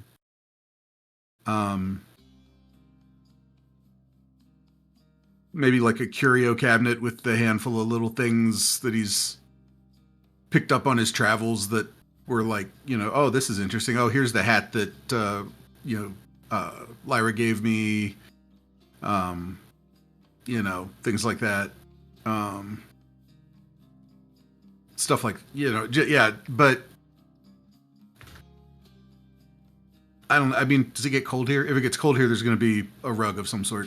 Mm-hmm. Since he still prefers to walk around barefoot, but otherwise, Yeah, a lot of imports have been coming in, especially from, incidentally, from the island of the Amazons, from Times. Interesting. Yeah, more of a, really more just like a table and a chair than a desk. It's just kind of more his style. And speaking of Lyra, as Aesop and Argenti, the two of you approach, Lyra is just about to leave as they're currently still talking with one another, and we'll return to this conversation. But there's what looks like a bundle of vellum that is tied up with very coarse rope that sits there. It is completely covered. You can't really make out anything that might be sitting inside that parcel. Lyra, you see the two approach as you say goodbye to Yanni, stand up, and kind of walk past. Do you make eye contact with Argenti and Aesop? Do you stay and chat with them? Or do you just leave?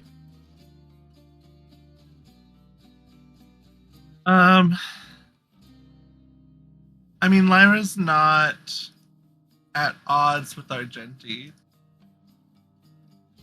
It was kind of just I don't think it got past an acquaintance level of friendship. So it's probably just like one of those smile, head nod, acknowledgement things, but she wouldn't stop. She would just, hey, and just go. Do the white people in the grocery store exactly. smile? Like, yeah, then we have like a, and then it's like a downward face for some reason. Yeah, exactly. Mm-hmm. Exactly. Yeah. It's like, oh, and then you think about how awkward that exchange was. It's like, why can't we just be nice to each other? Yeah. Yeah. And you walk in, and Yanni, your mind is still kind of on the latest parcel that Lyra dropped off. Now you know that she had been busy traveling to the different communities, the different displaced peoples of the Sirens that began to rebuild over the last 2,000 years and still are kind of scattered and broken throughout Thylea. She has been bringing you artifacts, scrolls, and sometimes even just oral tales that had been handed down over the last 2 millennia to try to puzzle out the secret, the city of the Sirens. It's just been not enough data. Too few, too far in between, but this latest parcel of artifacts, a collection of tablets that apparently depict constellations from the perspective of the city of the Sirens, this might be the breakthrough you need. As suddenly Argenti and Aesop go, hello, Yanni. Long time no see. Oh. How have you been? Are we interrupting? No, come on in. Hi. Hi. Oh, I Yanni brought has you noticeably something. more ink-stained fingers than he used to. Ooh. I need to get you a little sponge or something. But for the time being, here is a gift. And he sets down a carafe of very expensive, nice wine. Ooh. Why, thank Should you. we open What it do now? I owe the honor? Oh, well, that would be up to the host. It is a gift. I mean, I'm all for sharing. Sure, let's be right back. Scampers off, grabs a couple of goblets, comes back.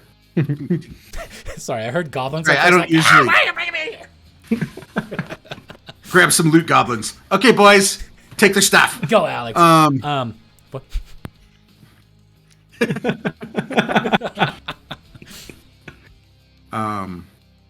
Yeah, I don't usually host people and stuff. So should have got you some chairs. I'll stand. We'll just all stand. How about that? Oh, thank That's you. perfect. I feel like I should stand on the chair. You guys are so tall. Why don't you sit down? I'll sit on the desk. Yanni,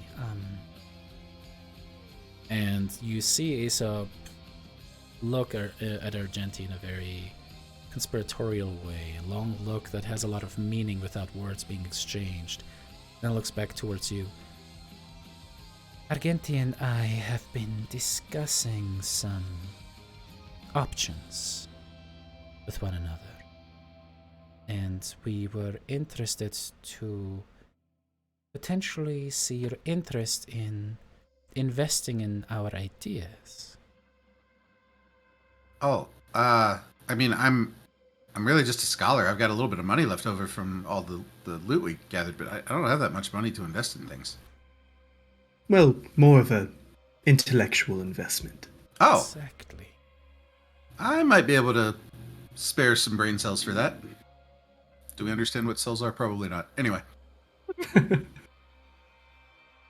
Scanning the room, just real quick, is there any sort of iconography or depictions of Sidon or anything No, like not that? even a little bit. Nothing in any way, shape, or form religious for any present or former god, or titan, or fate, or anything of the sort. You've decorated well. Thanks. I feel like you're buttering me up. Well, I'll just grab a glass of wine and just start to walk around the room, just looking at the walls, any sort of thing, just observing things, just kind of getting in your business. I noticed the lack of, I don't know, religious iconography. Is that for a particular reason, or are you just not a religious individual? I mean, you're a Resian. I'm a Resian. Kind of grew up yes. without that stuff. Oh. But I mean, I guess to my mind, there's nobody worth worshiping anymore. If there ever was. Well, except, Sidon, of course. Meh. Not a fan. Oh, that just made it a lot easier. Most of what we've come here to ask you is, first of all, it is incredibly important that what we talk about stays between us, and I did see Lyra leave. I don't know if you would also entrust her with the information, but we're looking to start some sort of research project on Okay. something such as, I don't know, the Promethean fire, for one example. Oh, that's just a little thing, No, of course. Seems to mostly be myth and legend from what I've heard about it. But yeah, sure. Well, myth and legend somehow apparently created a bunch of gods. So, You don't know how true that statement is. say we were able to put our minds together and also say that there was some sort of theory floating around that Promethean fire could somehow decimate a god. How would you feel about that? Would you be interested in knowing more? It's all theory, of course, right now. I mean, I'm all about the knowledge building, knowledge Right. gaining. So, yeah. Exactly. Okay. Well, We would, I of think course, that find is- ways to fund this research, and perhaps this could Right. be a mutually beneficial situation. Maybe you could make donations to Argenti's Academy for Gifted Children in Aresia, which would sometimes necessitate you to travel to Aresia to, Right. I don't know, perhaps see us at banquets and graduations and such as one of the donors, so that we can stay in regular contact. I see. You could even teach there if you preferred. I mean, maybe guest lecturer or something once in a while, but I don't really want to Well- live there anymore. All right. Fair. The city didn't Perhaps treat there me was- very well when it was the only home I knew, and, well, it's not even that anymore, so, yeah. Right. Well,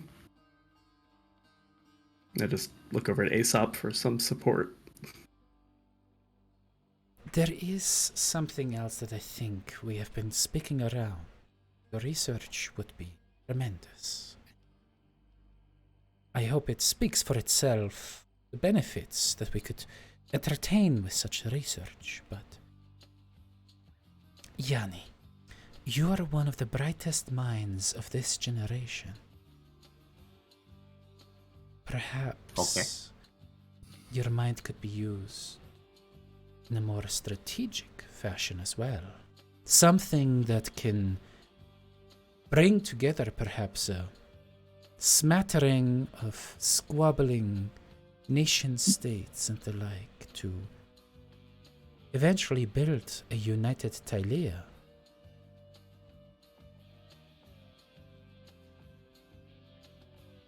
Go on. He gives you a very long look, Argenti. He kind of licks his lip as he looks back towards you, Yanni. I need you to not I know you hate to oath it, but promise me that this conversation will stay within your office, please. Between us. Okay, I promise that. Trust you with it. I appreciate that you don't see the need to make it official. He takes a So to speak. long sip from the cup of wine and sets it back down. The need I see. I definitely see the need, but I also know you.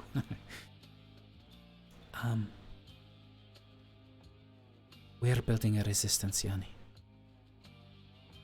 It is... Resistance to Sidon. Yes. The thing that needs to be resisted against more than anything else. For true freedom. Don't disagree. Good. I think that the others of the light have their own agendas. Estrella seems to be wrapped around the finger of Sidon. Brisa was willing to give up one of her children.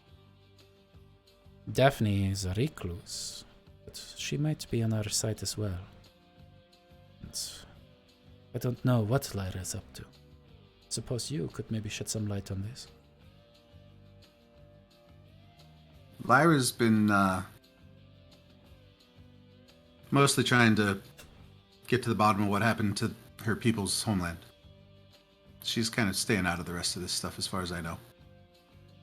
Aesop looks towards the parcel and kind of just almost accidentally kind of taps against it, and he can tell that there's like stone tablets in there. And this might be connected to this quest for self-discovery.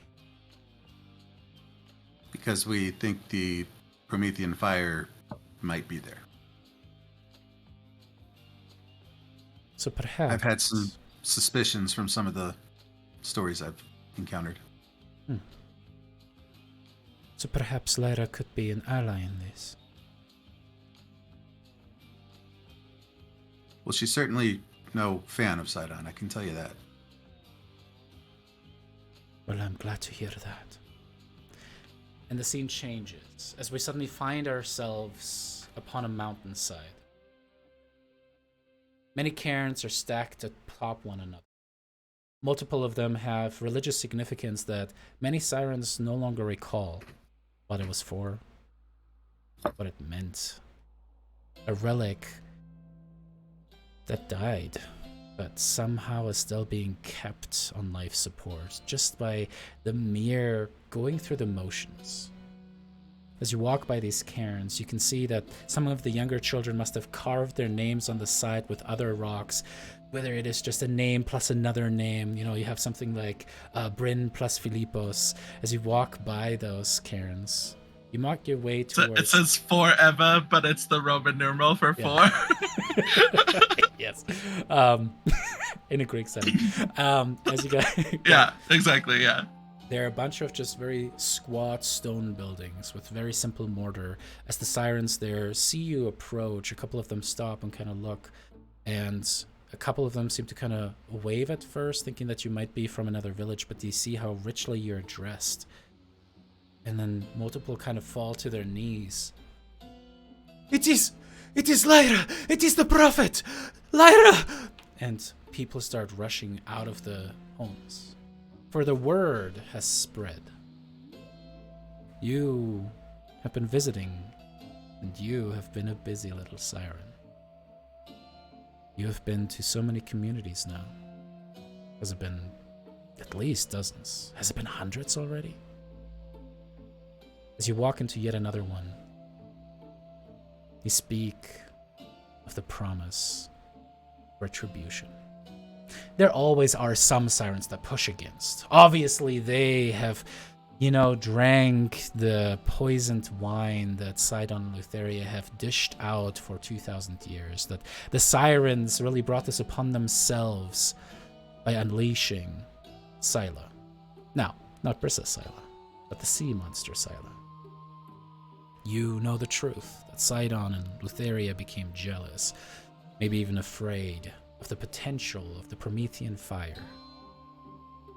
And so as you go from village to village, you speak of a future where the sirens can reclaim the grandeur that they once held, the greatest, truly greatest civilization to have ever existed on Thylea, grander even than the Guidance, and certainly more powerful than tiny little Mitros, Eresia, Historia, and Carpatha combined.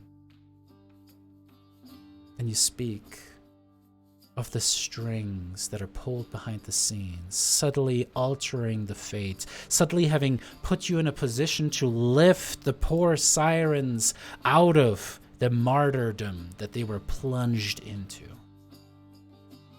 You see the children of the community watching you with massive eyes, soaking it up as you squelch yet another naysayer, another bootlicker of Sidon's. He angrily walks away and then flies off into the sky.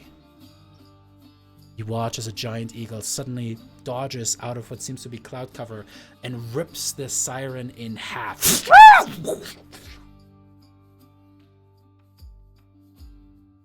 And you just hear in your mind's ear. He would have spread lies that would have sought you out. Progress, my prophet. Is this the mama's voice? It's dramatic, but okay. She just flicks her hair in your mind. As you see the other villagers kind of look uneasy. They definitely are on the edge. They see the person being torn apart and they look scared towards you. What do you tell this little community to assuage their fears or maybe lean into it. How do you persuade this village to join the cause, the resurgence of the sirens? Whoa, God.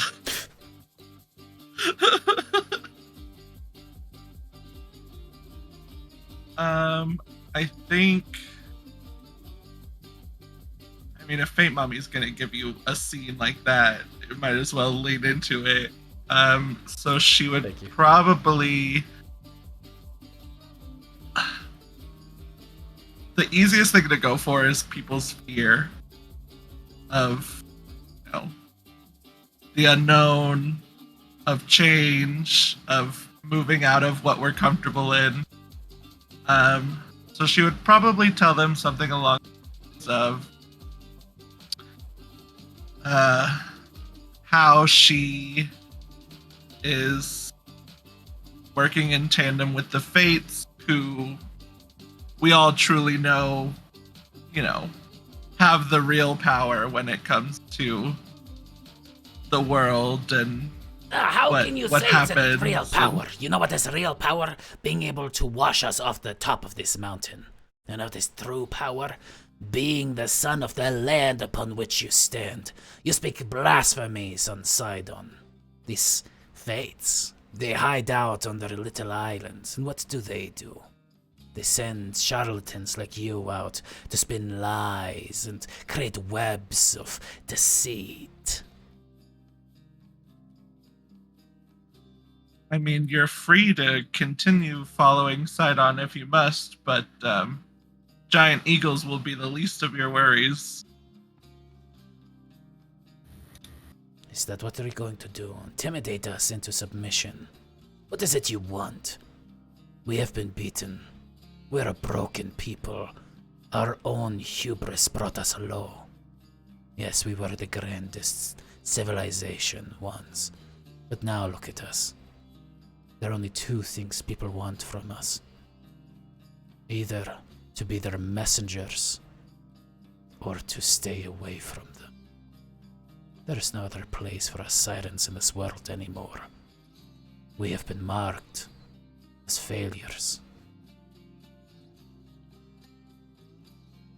But who gave him the right to mark us as failures? He is God. He owns everything. He is the inheritor of the land. He is Thylea's son. Why? Because he's strong? Because he takes what he wants? Because he smites down whoever will oppose him? That is strength. That is what we need to lead Thylea. Look at the weakness that the Five had. They let themselves be killed by Luteria. And Kyra in the end. She was defeated by a mortal.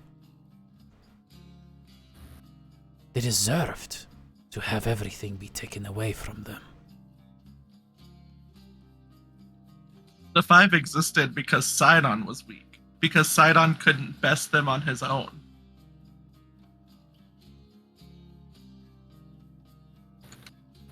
So what are we supposed to do? We are a shattered people. Are you saying that we can somehow simply defeat the god of Thylea?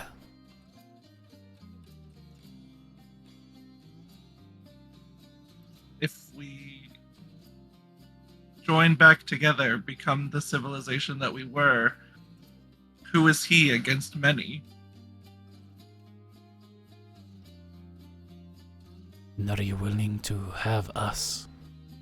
And he kind of looks down towards the youngins that have been kind of going back and forth like a tennis match between your guys' debate.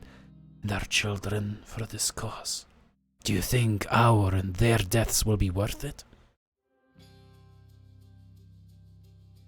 Well, of course there will be a draft. No, I'm kidding. No.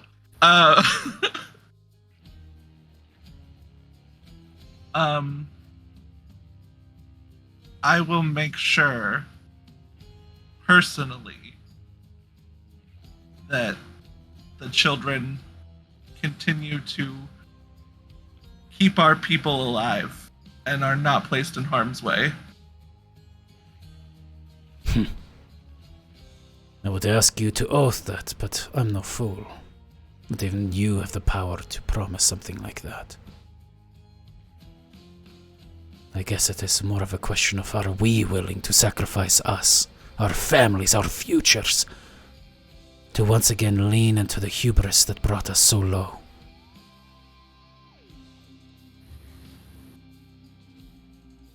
I guess that's a personal choice you'll have to decide between.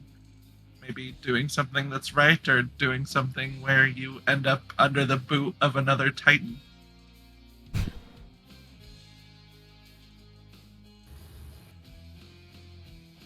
We will make our choice. Come back in the evening. All the kids go, yeah, okay with you then, yay, as they kind of say goodbye.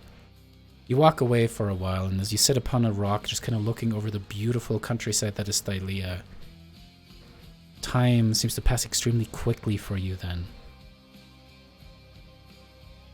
As you think on the multitude of communities that you have been able to convince of your cause, and the handful of communities that resisted against, what is going through your head with this particular one, and the magnitude of what you're trying to achieve here?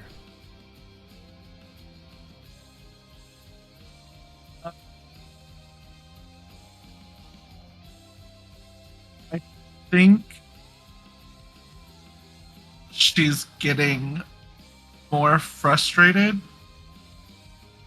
because for her, like, there was no choice. It was side on bad, Siren's good, side on bad. That's always been her life, basically. And after everything that's happened, I don't think she expected people to still just be so easily pushed to the wayside and just compliant with him.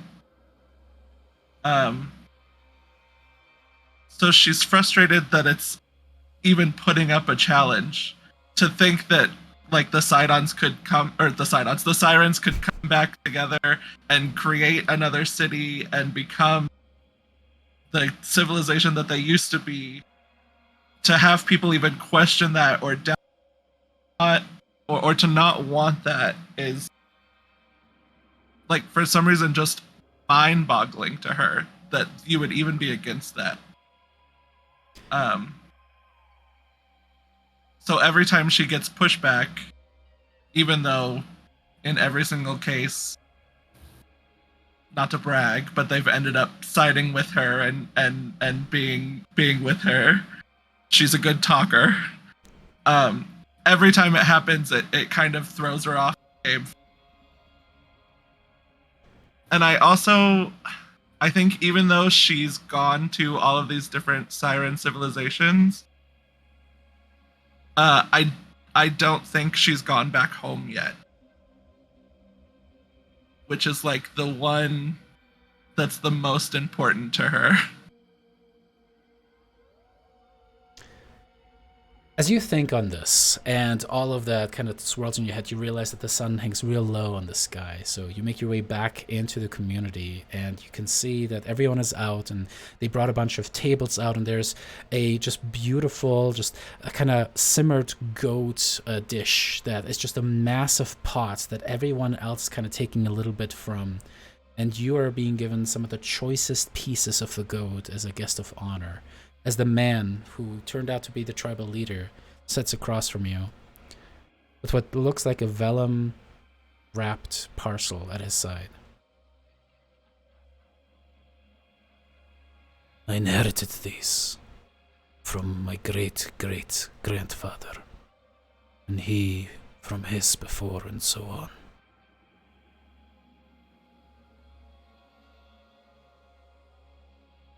He always claimed that they came from the city without name.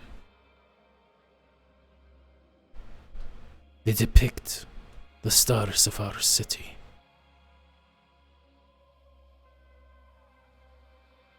Maybe with this, we can find what you are looking for.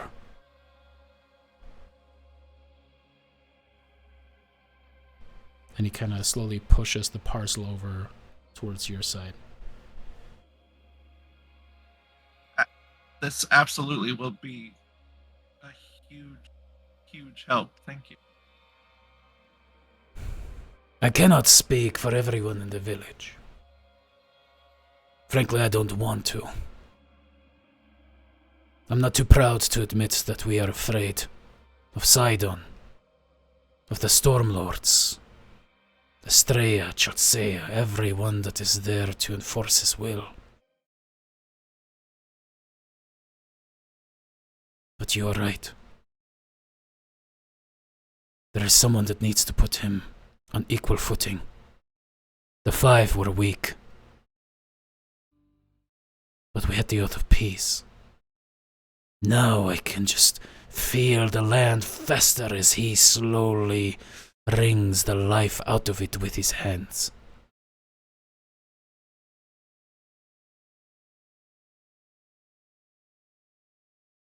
But make me a promise, Lyra, prophet of the Fates. You do this for us, not them. You do this for Siren blood.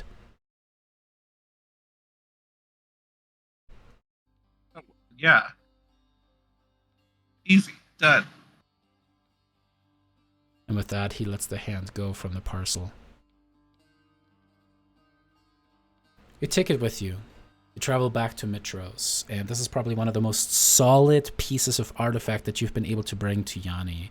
This is in the moments before Genti and Aesop, of course, walked in. As you tell Yanni, maybe at least some, maybe all of the details of how you got to have this. Yanni, you quickly realize the potential. If this truly has more accurate star charts, you might be able to actually pinpoint this. Most of you guys have guessed by now that the Cerulean Sea is clearly where the City of the Sirens may have laid at one point, but if you have more concrete data, you can bring it down to an area where you can actually start sending out ships. What, if anything, did you guys say to each other as Lyra presented you with this parcel?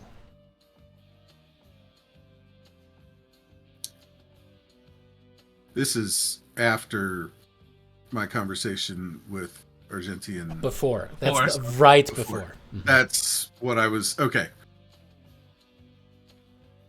Because I dipped. I was like, bye, see you later. What you got there? Allegedly, star charts from when the city was still a city. Allegedly. Still. Well, I mean, you got to take people at face value when they tell you these are star charts. Valid. This could be huge, you know. Well, I had to deal with a crotchety old siren that wanted to fight me about everything, so hopefully it's worth it. Yeah, I hope so too. I got a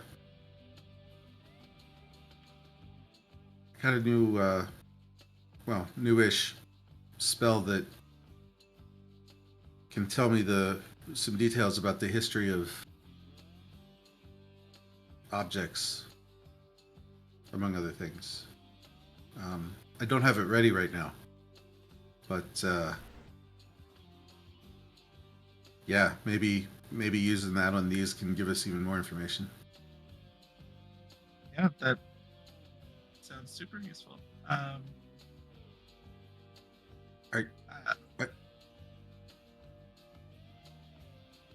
What are you gonna do if we find it and the Promethean fire's not there? Ooh. You know me, I don't like to look at all the bad stuff that might happen instead of all the good stuff. Yeah, sorry, I didn't mean to clip your wings for the day, but I've been wondering about that lately. I mean, there's value in finding the ruins of the city, regardless. Yeah. But at the same time, it's going to get Sidon's attention. Well, I'm sure he's already paying attention.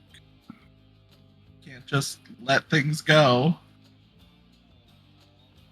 That seems to be a true statement more and more. But if it's not there, I just got to keep looking. I guess there's really no other option. I mean, I think if it's anywhere, it's one of two places. It's either there somewhere, or Sidon has it locked away in his tower.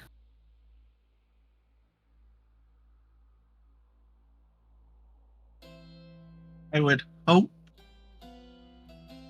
that if the second one were the case, there would be other people who would let us know that.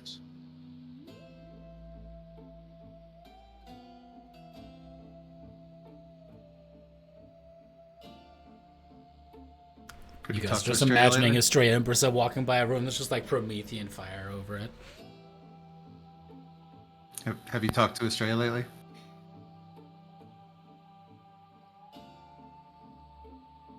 I can't say that I have. I saw her a little while ago and kind of tried to figure out what was going on in her head, and I think she's still like she's definitely still all about Grandpa, but at the same time she's definitely still all about people's freedom to choose whether to worship him or not. And that's the thing that gives me hope. If she hasn't been completely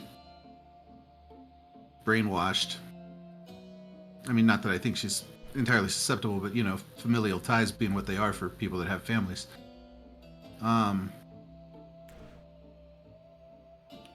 Yeah, if she hasn't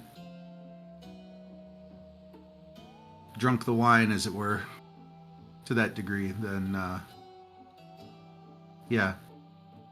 So, and Brissa seems to be pulling off the whole double agent thing pretty well. Not that there's been much for her to do on the other side, but I mean, she let him take her kid, for God's sake. Yeah. That was I still definitely wanna a know what shocker. I still want to know what kind of batshit crazy she is for letting a Castus name him after that jackass, but that's neither here nor there.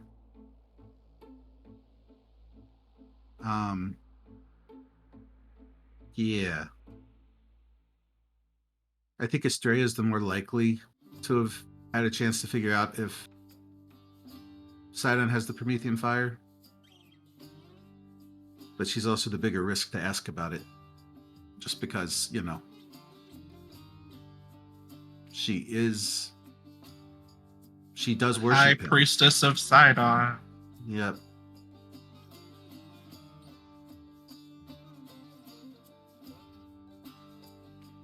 She's a bad liar, though, so, I mean, if we ask her flat out, she might just tell us.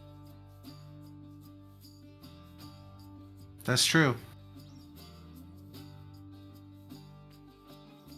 But that's still kind of playing our hand a little bit.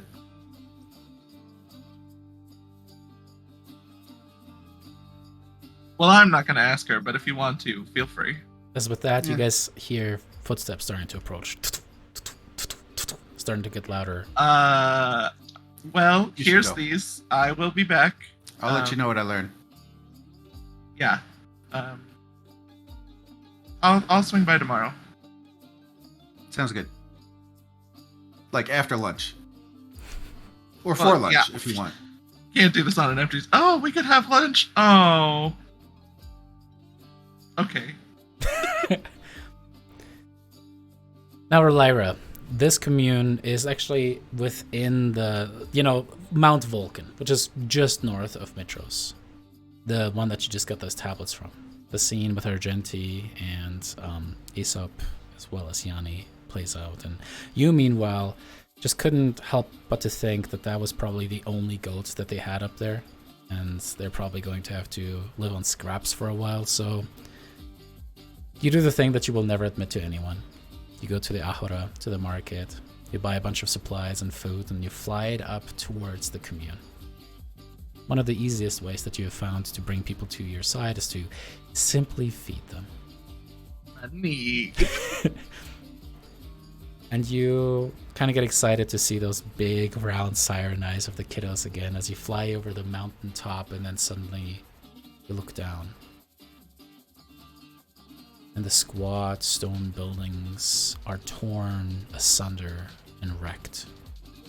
You can see a mixture of ice and fire, clearly in large swaths, having destroyed the buildings. And you can see the frozen and burned bodies of the multitude of siren villagers annihilated below you. An entire village put to death. Likely for what they did for you.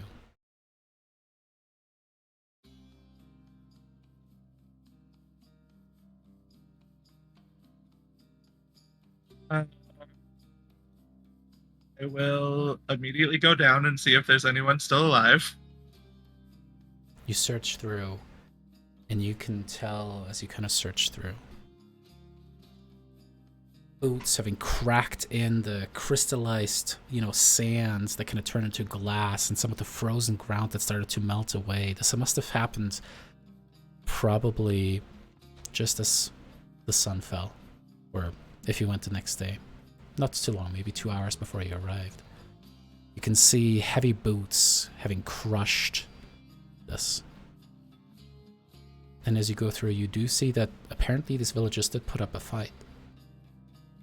You bend down, and you find something there. Not a living siren. All of them having marks of swords or spears ramming through their heads or hearts to ensure that they were dead. But laying there is what seems to be a ceramic black mask, hiding the features of someone, of whoever did this, as you lift it up and look at it. As you hold this third of a mask kind of going right across the left eye, kind of showing just like the opening itself, you lift it up. What's going through your head?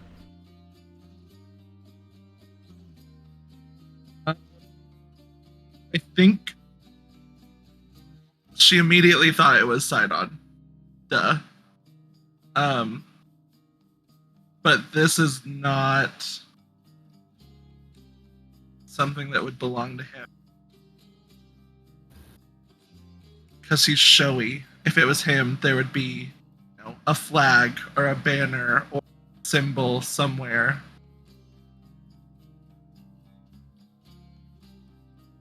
So now she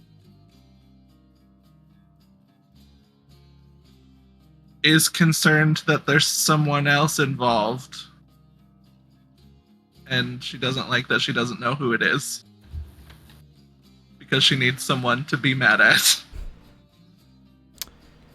And as we zoom away from the scene of Lyra gripping the ceramic part of a mask hard, we find ourselves instead in a field of grass with the Arkaland River running north of it.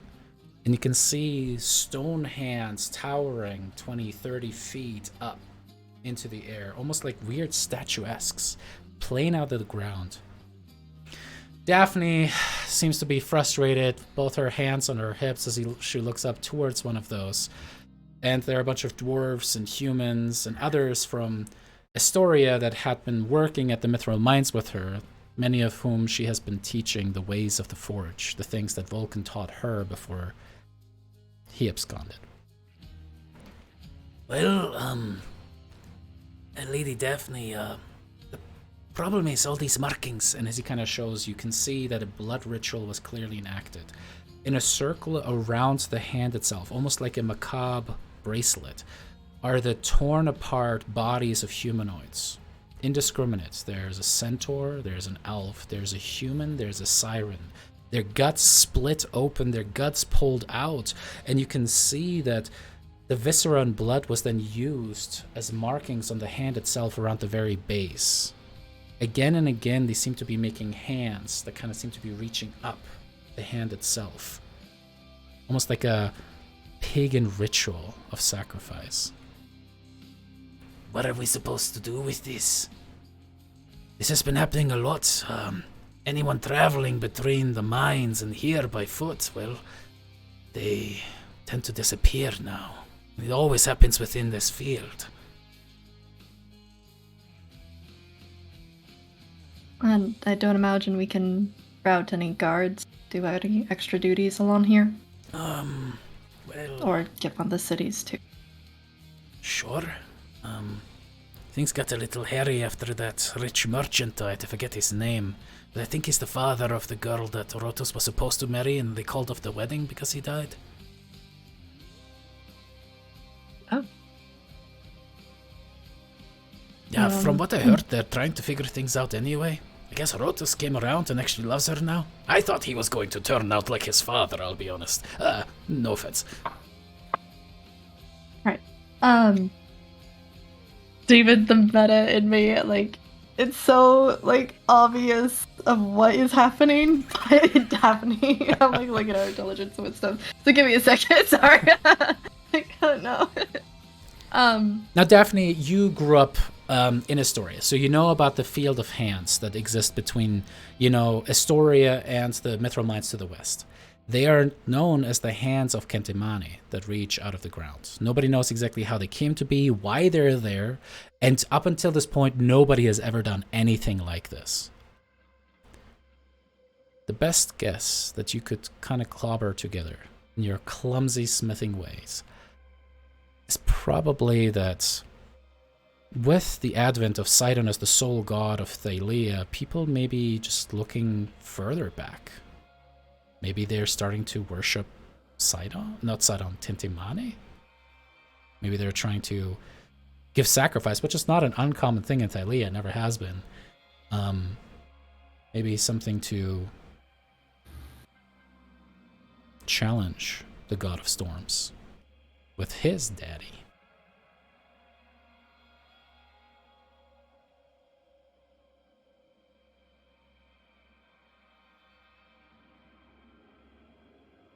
I think for now, we should encourage another route for people who are traveling through. We'll spread the word. Those who are decent scouts, perhaps they can keep an eye on it. If we can see anybody who keeps passing through here, then we might have an idea at least who is doing it. Of course. Does a centaur in question, do they have any, like, obvious markings of what tribe they belong to? Yeah, it's one of the largest tribes south of the Astorian Wall to the steppes. Okay. Daphne would then volunteer to take their body back to their tribe. You make the multi-day travel, trying to find the roaming tribes that exist within there. And as you finally find them, you quickly find yourself surrounded by 20 centaurs. Their spears all leveled down at you. You can see they seem to be almost bucking, ready to trample you down, recognizing you for whom you are. But you see a man kind of approach from the back. A man that you know to be honorable. Baenor is his name. Baenor.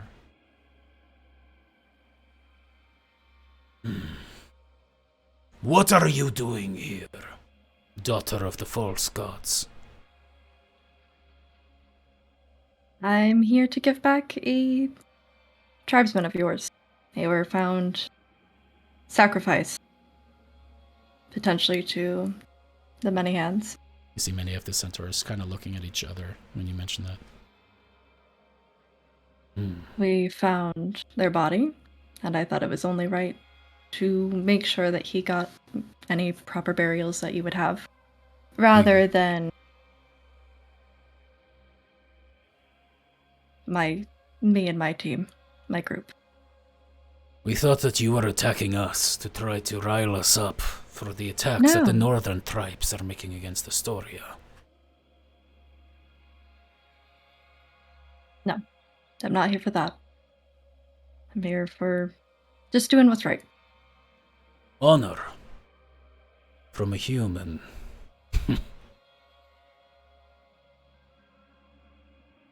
Very well. We shall break bread and salt. You will be our guest this evening. Kind of motions for a couple of the centaurs that go over and cart, because you definitely have to put the centaur in a cart there. Cart off the dead centaur.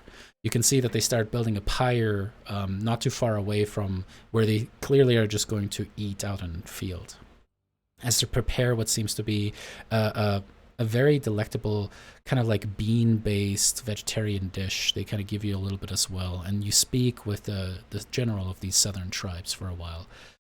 And Benner confirms that indeed there is something that they have started calling the cult of the hand that they have been suspecting has been operating. They were approached by a cloaked figure months ago to join the cause.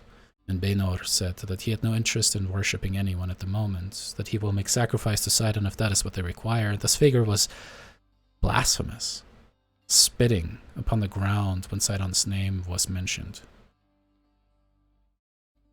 I do remember that it was a she. Her words were curt, she was rude.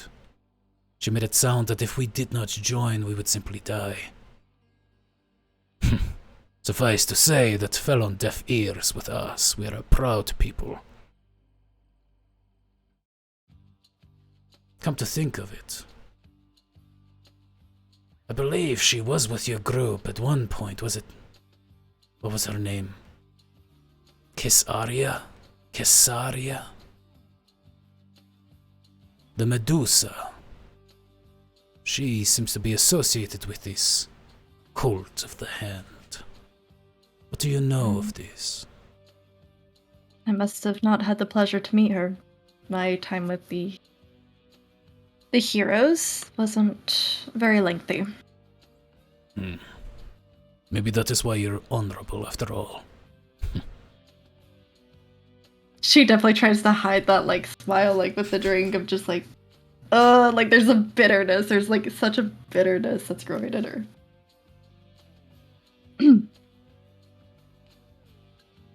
I'll spread the word if you want. Share information, see what we can find. If God forbid, whatever happens next, if we do find any more of your people, would you like me to bring them back? Yes. We will do the same for you as well, then. We'll leave them at the edge of the river. We respect the territorial boundaries. As long as you do. That's fair. We'll do the same then. Well, thank you. Really. Just And thought you I would. too. Yeah. Stay safe. You say your goodbyes and you walk away from the camp as you can hear the melodic, bassy singing of the male centaurs as they sing a mournful song, and you walk away as the pyre strikes into the sky. You travel back some days, and as you arrive back at the Mithril Mines, your heart falls and sinks. For behind the curtain of the waterfall into the opening, you can see massive clouds of smoke reaching up. And your heart sinks as you realize the thing that destroyed the Mithril Mine so long ago must have returned. You start bounding upwards. 3 steps at a time, 4 steps at a time, just definitely more than Rhodas. As you jump up these stairs and make your way into the Mithril Mines, you hear the screams of the miners and smiths and the families that live within there. As you can see suddenly an explosion of fire from around a corner, bathing the entirety of the mineshaft in orange-red light. You rush forward as you can see multiple individuals burned and just blackened skin, kind of rolling around, trying to put out the fire as you run around the corner. Towering some 15, maybe 20 feet tall, you suddenly see a figure that has what appears the lower half of a goat. Its hoofs kind of digging into the rock itself. You can see an upper body that seems to be somewhat humanoid, but it ends into an almost canine-like face, but then it seems to have these massive satyr-like horns that curve backwards as it kind of takes what seems to be a fiery whip, kind of goes back and hits 3 of the dwarven guards, shearing right through the mithril armor, throwing them over the edge. In its left hand, it's holding what seems to be a crackling lightning sword. And then its eyes meet yours, and you can see nothing but hatred and destruction within this demon's eyes. As it rushes towards you, you two clash with one another. And the fight takes an hour as you guys smack, titanic smack after another. The thing tries to throw you against the wall. You headbutt it back as you take it by the horns and lift it around. You try to whirl it around, throw it over the edge again, but it is able to catch you by the ankle and yank you into the shaft as both of you begin falling for what feels like an eternity, crashing against the sides of this long stone shaft. You eventually land at the bottom. Both you and this creature broken, its body starting to heal. You using your divine essence to heal yourself. You two stand up one more time as you have nothing but your bare hands. The creature tries to strike down towards you. You block it with the forearm, snapping it, taking the lightning sword, flipping it over, and ramming it into its heart. As suddenly, everything explodes into fire. You wake up the next day in bandages. Next to you on a table seems to be just the blade of the sword. It seems to smoke as if it is on fire, but there's no fire around it. As there are a dozen or so of the survivors from the Mithril mines busying over you, making sure, we tried to come as quickly as we could, but we thought that you were dead. You defeated the demon of the deep, the thing that destroyed the mines. Thank you, Lady Daphne, as all of them kind of like fall to a knee. Get up. No, thank. You kind of cough up some blood as you say that. Yeah. Just kind of like look over the side of the bed. No. Yeah. How many did we lose? 50 before you came. I'm sorry. We couldn't hold it without you. Sorry I couldn't get here sooner. Right. Daphne definitely tries to get back up. Like, there's just... Definitely?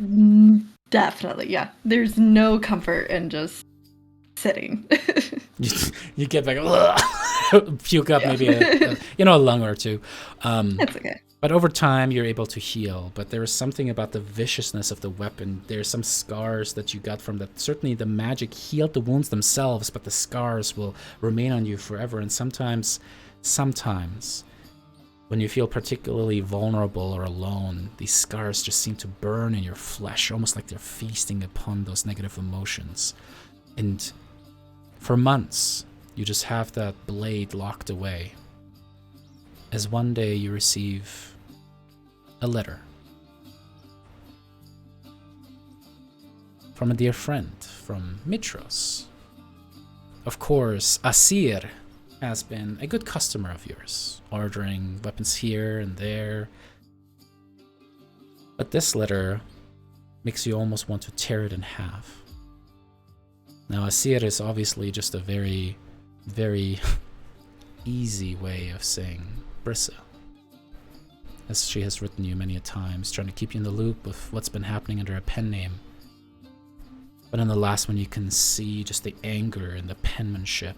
You can see the dried teardrops upon the parchment itself, as Brissa tells you of her son being taken away to be a ward of Sidon's, pleading, begging, with anger even in her written voice, to give you a weapon that can kill Sidon, that can get Estor out of there.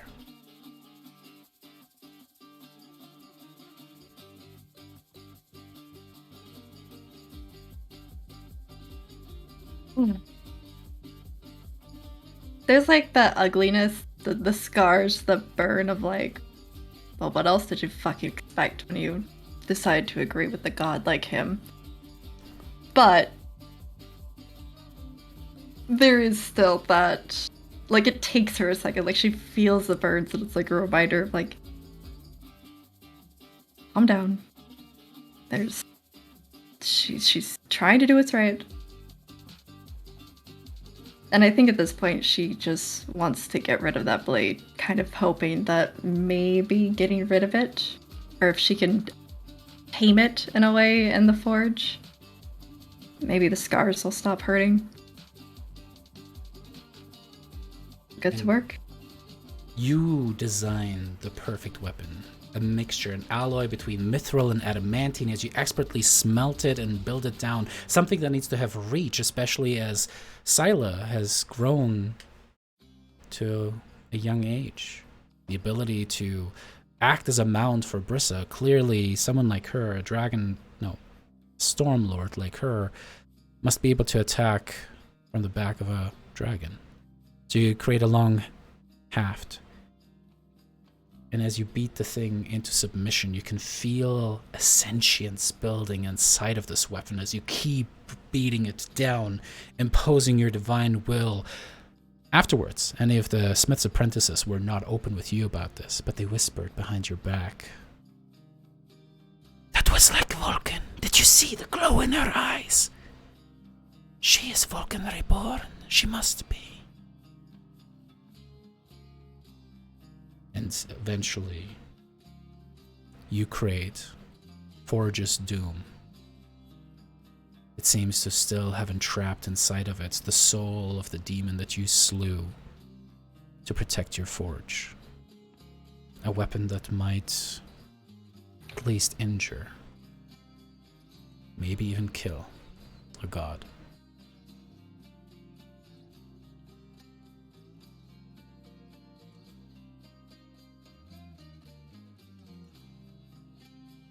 I think at first Daphne's just gonna try to send it away with somebody else and realizes she may have been avoiding seeing people for a very long time. And it might be time to see her aunt and drop this off herself. Make sure nobody else gets stopped, and then, ensures that this doesn't go into the wrong hands and goes to the proper person. As we switch away from Daphne getting herself ready to travel to Mitros once more. It is just around dusk.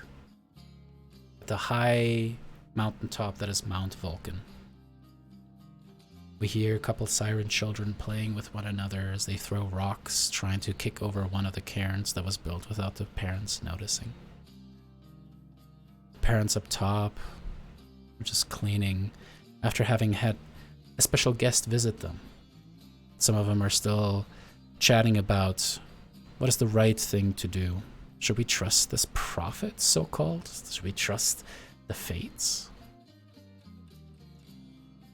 And that is when dragon wings beat.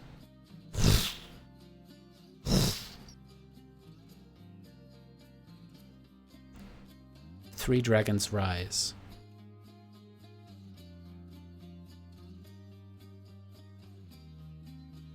They're just flashes as the breath burns and freezes those below. We see the riders upon the back of these dragons in black, nondescript armor, simple. Black cloaks, black breastplates, black sandals, black ceramic masks. We see the sirens pick up slings, shooting upwards, trying to pick off the riders, but what chance would they ever stand? But one of the riders gets hit in the face, lets out a shriek, comes down, throws a spear, and kills the man, the tribal leader.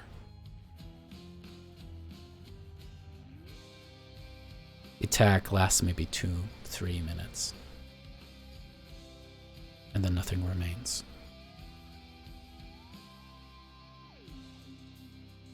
The scene changes again as we watch the black sandals come off of this silver-backed dragon and land on stone next to the dragon.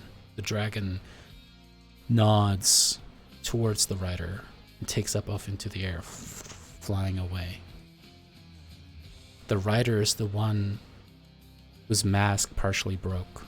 There's no damage to their face as they walk through beautiful marbled halls, a palace. In fact, it is the Metrosian Palace. As the figure walks deeper in, she starts to unclasp first the cloak and sets it upon a table, then undoes the breast armor, sets it next to the cloak, and finally you see the figure take off the mask, and with shaking hands she sets it before herself on the table before she goes to the basin to wash her face, and we watch Brissa's reflection look up back at her, thinking on the atrocities that she has had to commit as one of the Stormlords of Sidon. And that is where we're going to leave it for this week's session of Light of Thylea. Welcome back, everyone. If anyone thought that I wasn't going to come back with some emotional damage, you were mistaken, ladies and gentlemen. Welcome back, folks. I have been dying to get us back into the story, and I'm so excited that we are back. We have taken the last month or so to talk about what the characters have been up to, and I even kept some of the players a little bit on the edge of like, what exactly is going to happen? How's it going to play out? And you 6, I love you. You loves did amazing tonight. So thank you so much for being amazing players. For all of you watching tonight, thank you so much for watching some of the best D&D that I have ever had the pleasure of being a DM for. Thank you so much. And of course, if you want more of this, please, please, please follow us. If you would be so kind, we do giveaways, and those are just funded through the subscriptions. So if you want to subscribe, especially if you have Amazon Prime, you get free Twitch. Throw that out there as well. We stream every Tuesday at 9 p.m. Eastern, and we will do that again next week. And I hope that I will see you all there. Now, your thoughts and feelings on the latest emotional damage while I'm trying to find another stream that we might be able to raid here. I knew it was coming, so I was like, oh, shit, yeah. No. I just felt my stomach, like, fall into my asshole. Wow, okay. Precisely. That was the exact emotion. Wow. That's well said. Well said. Yep. Yep. I'm not gonna lie, David, even though we had talked about, like, something kind of happening at the forge, as you were explaining, she was like, I didn't make a new character. Pete a little Quickly bit. opening up D&D Beyond, like, all right. and Char. And to think I just got that art. Not the cursed style, please. Anything but that curse. Not Muscle Bobby. Okay.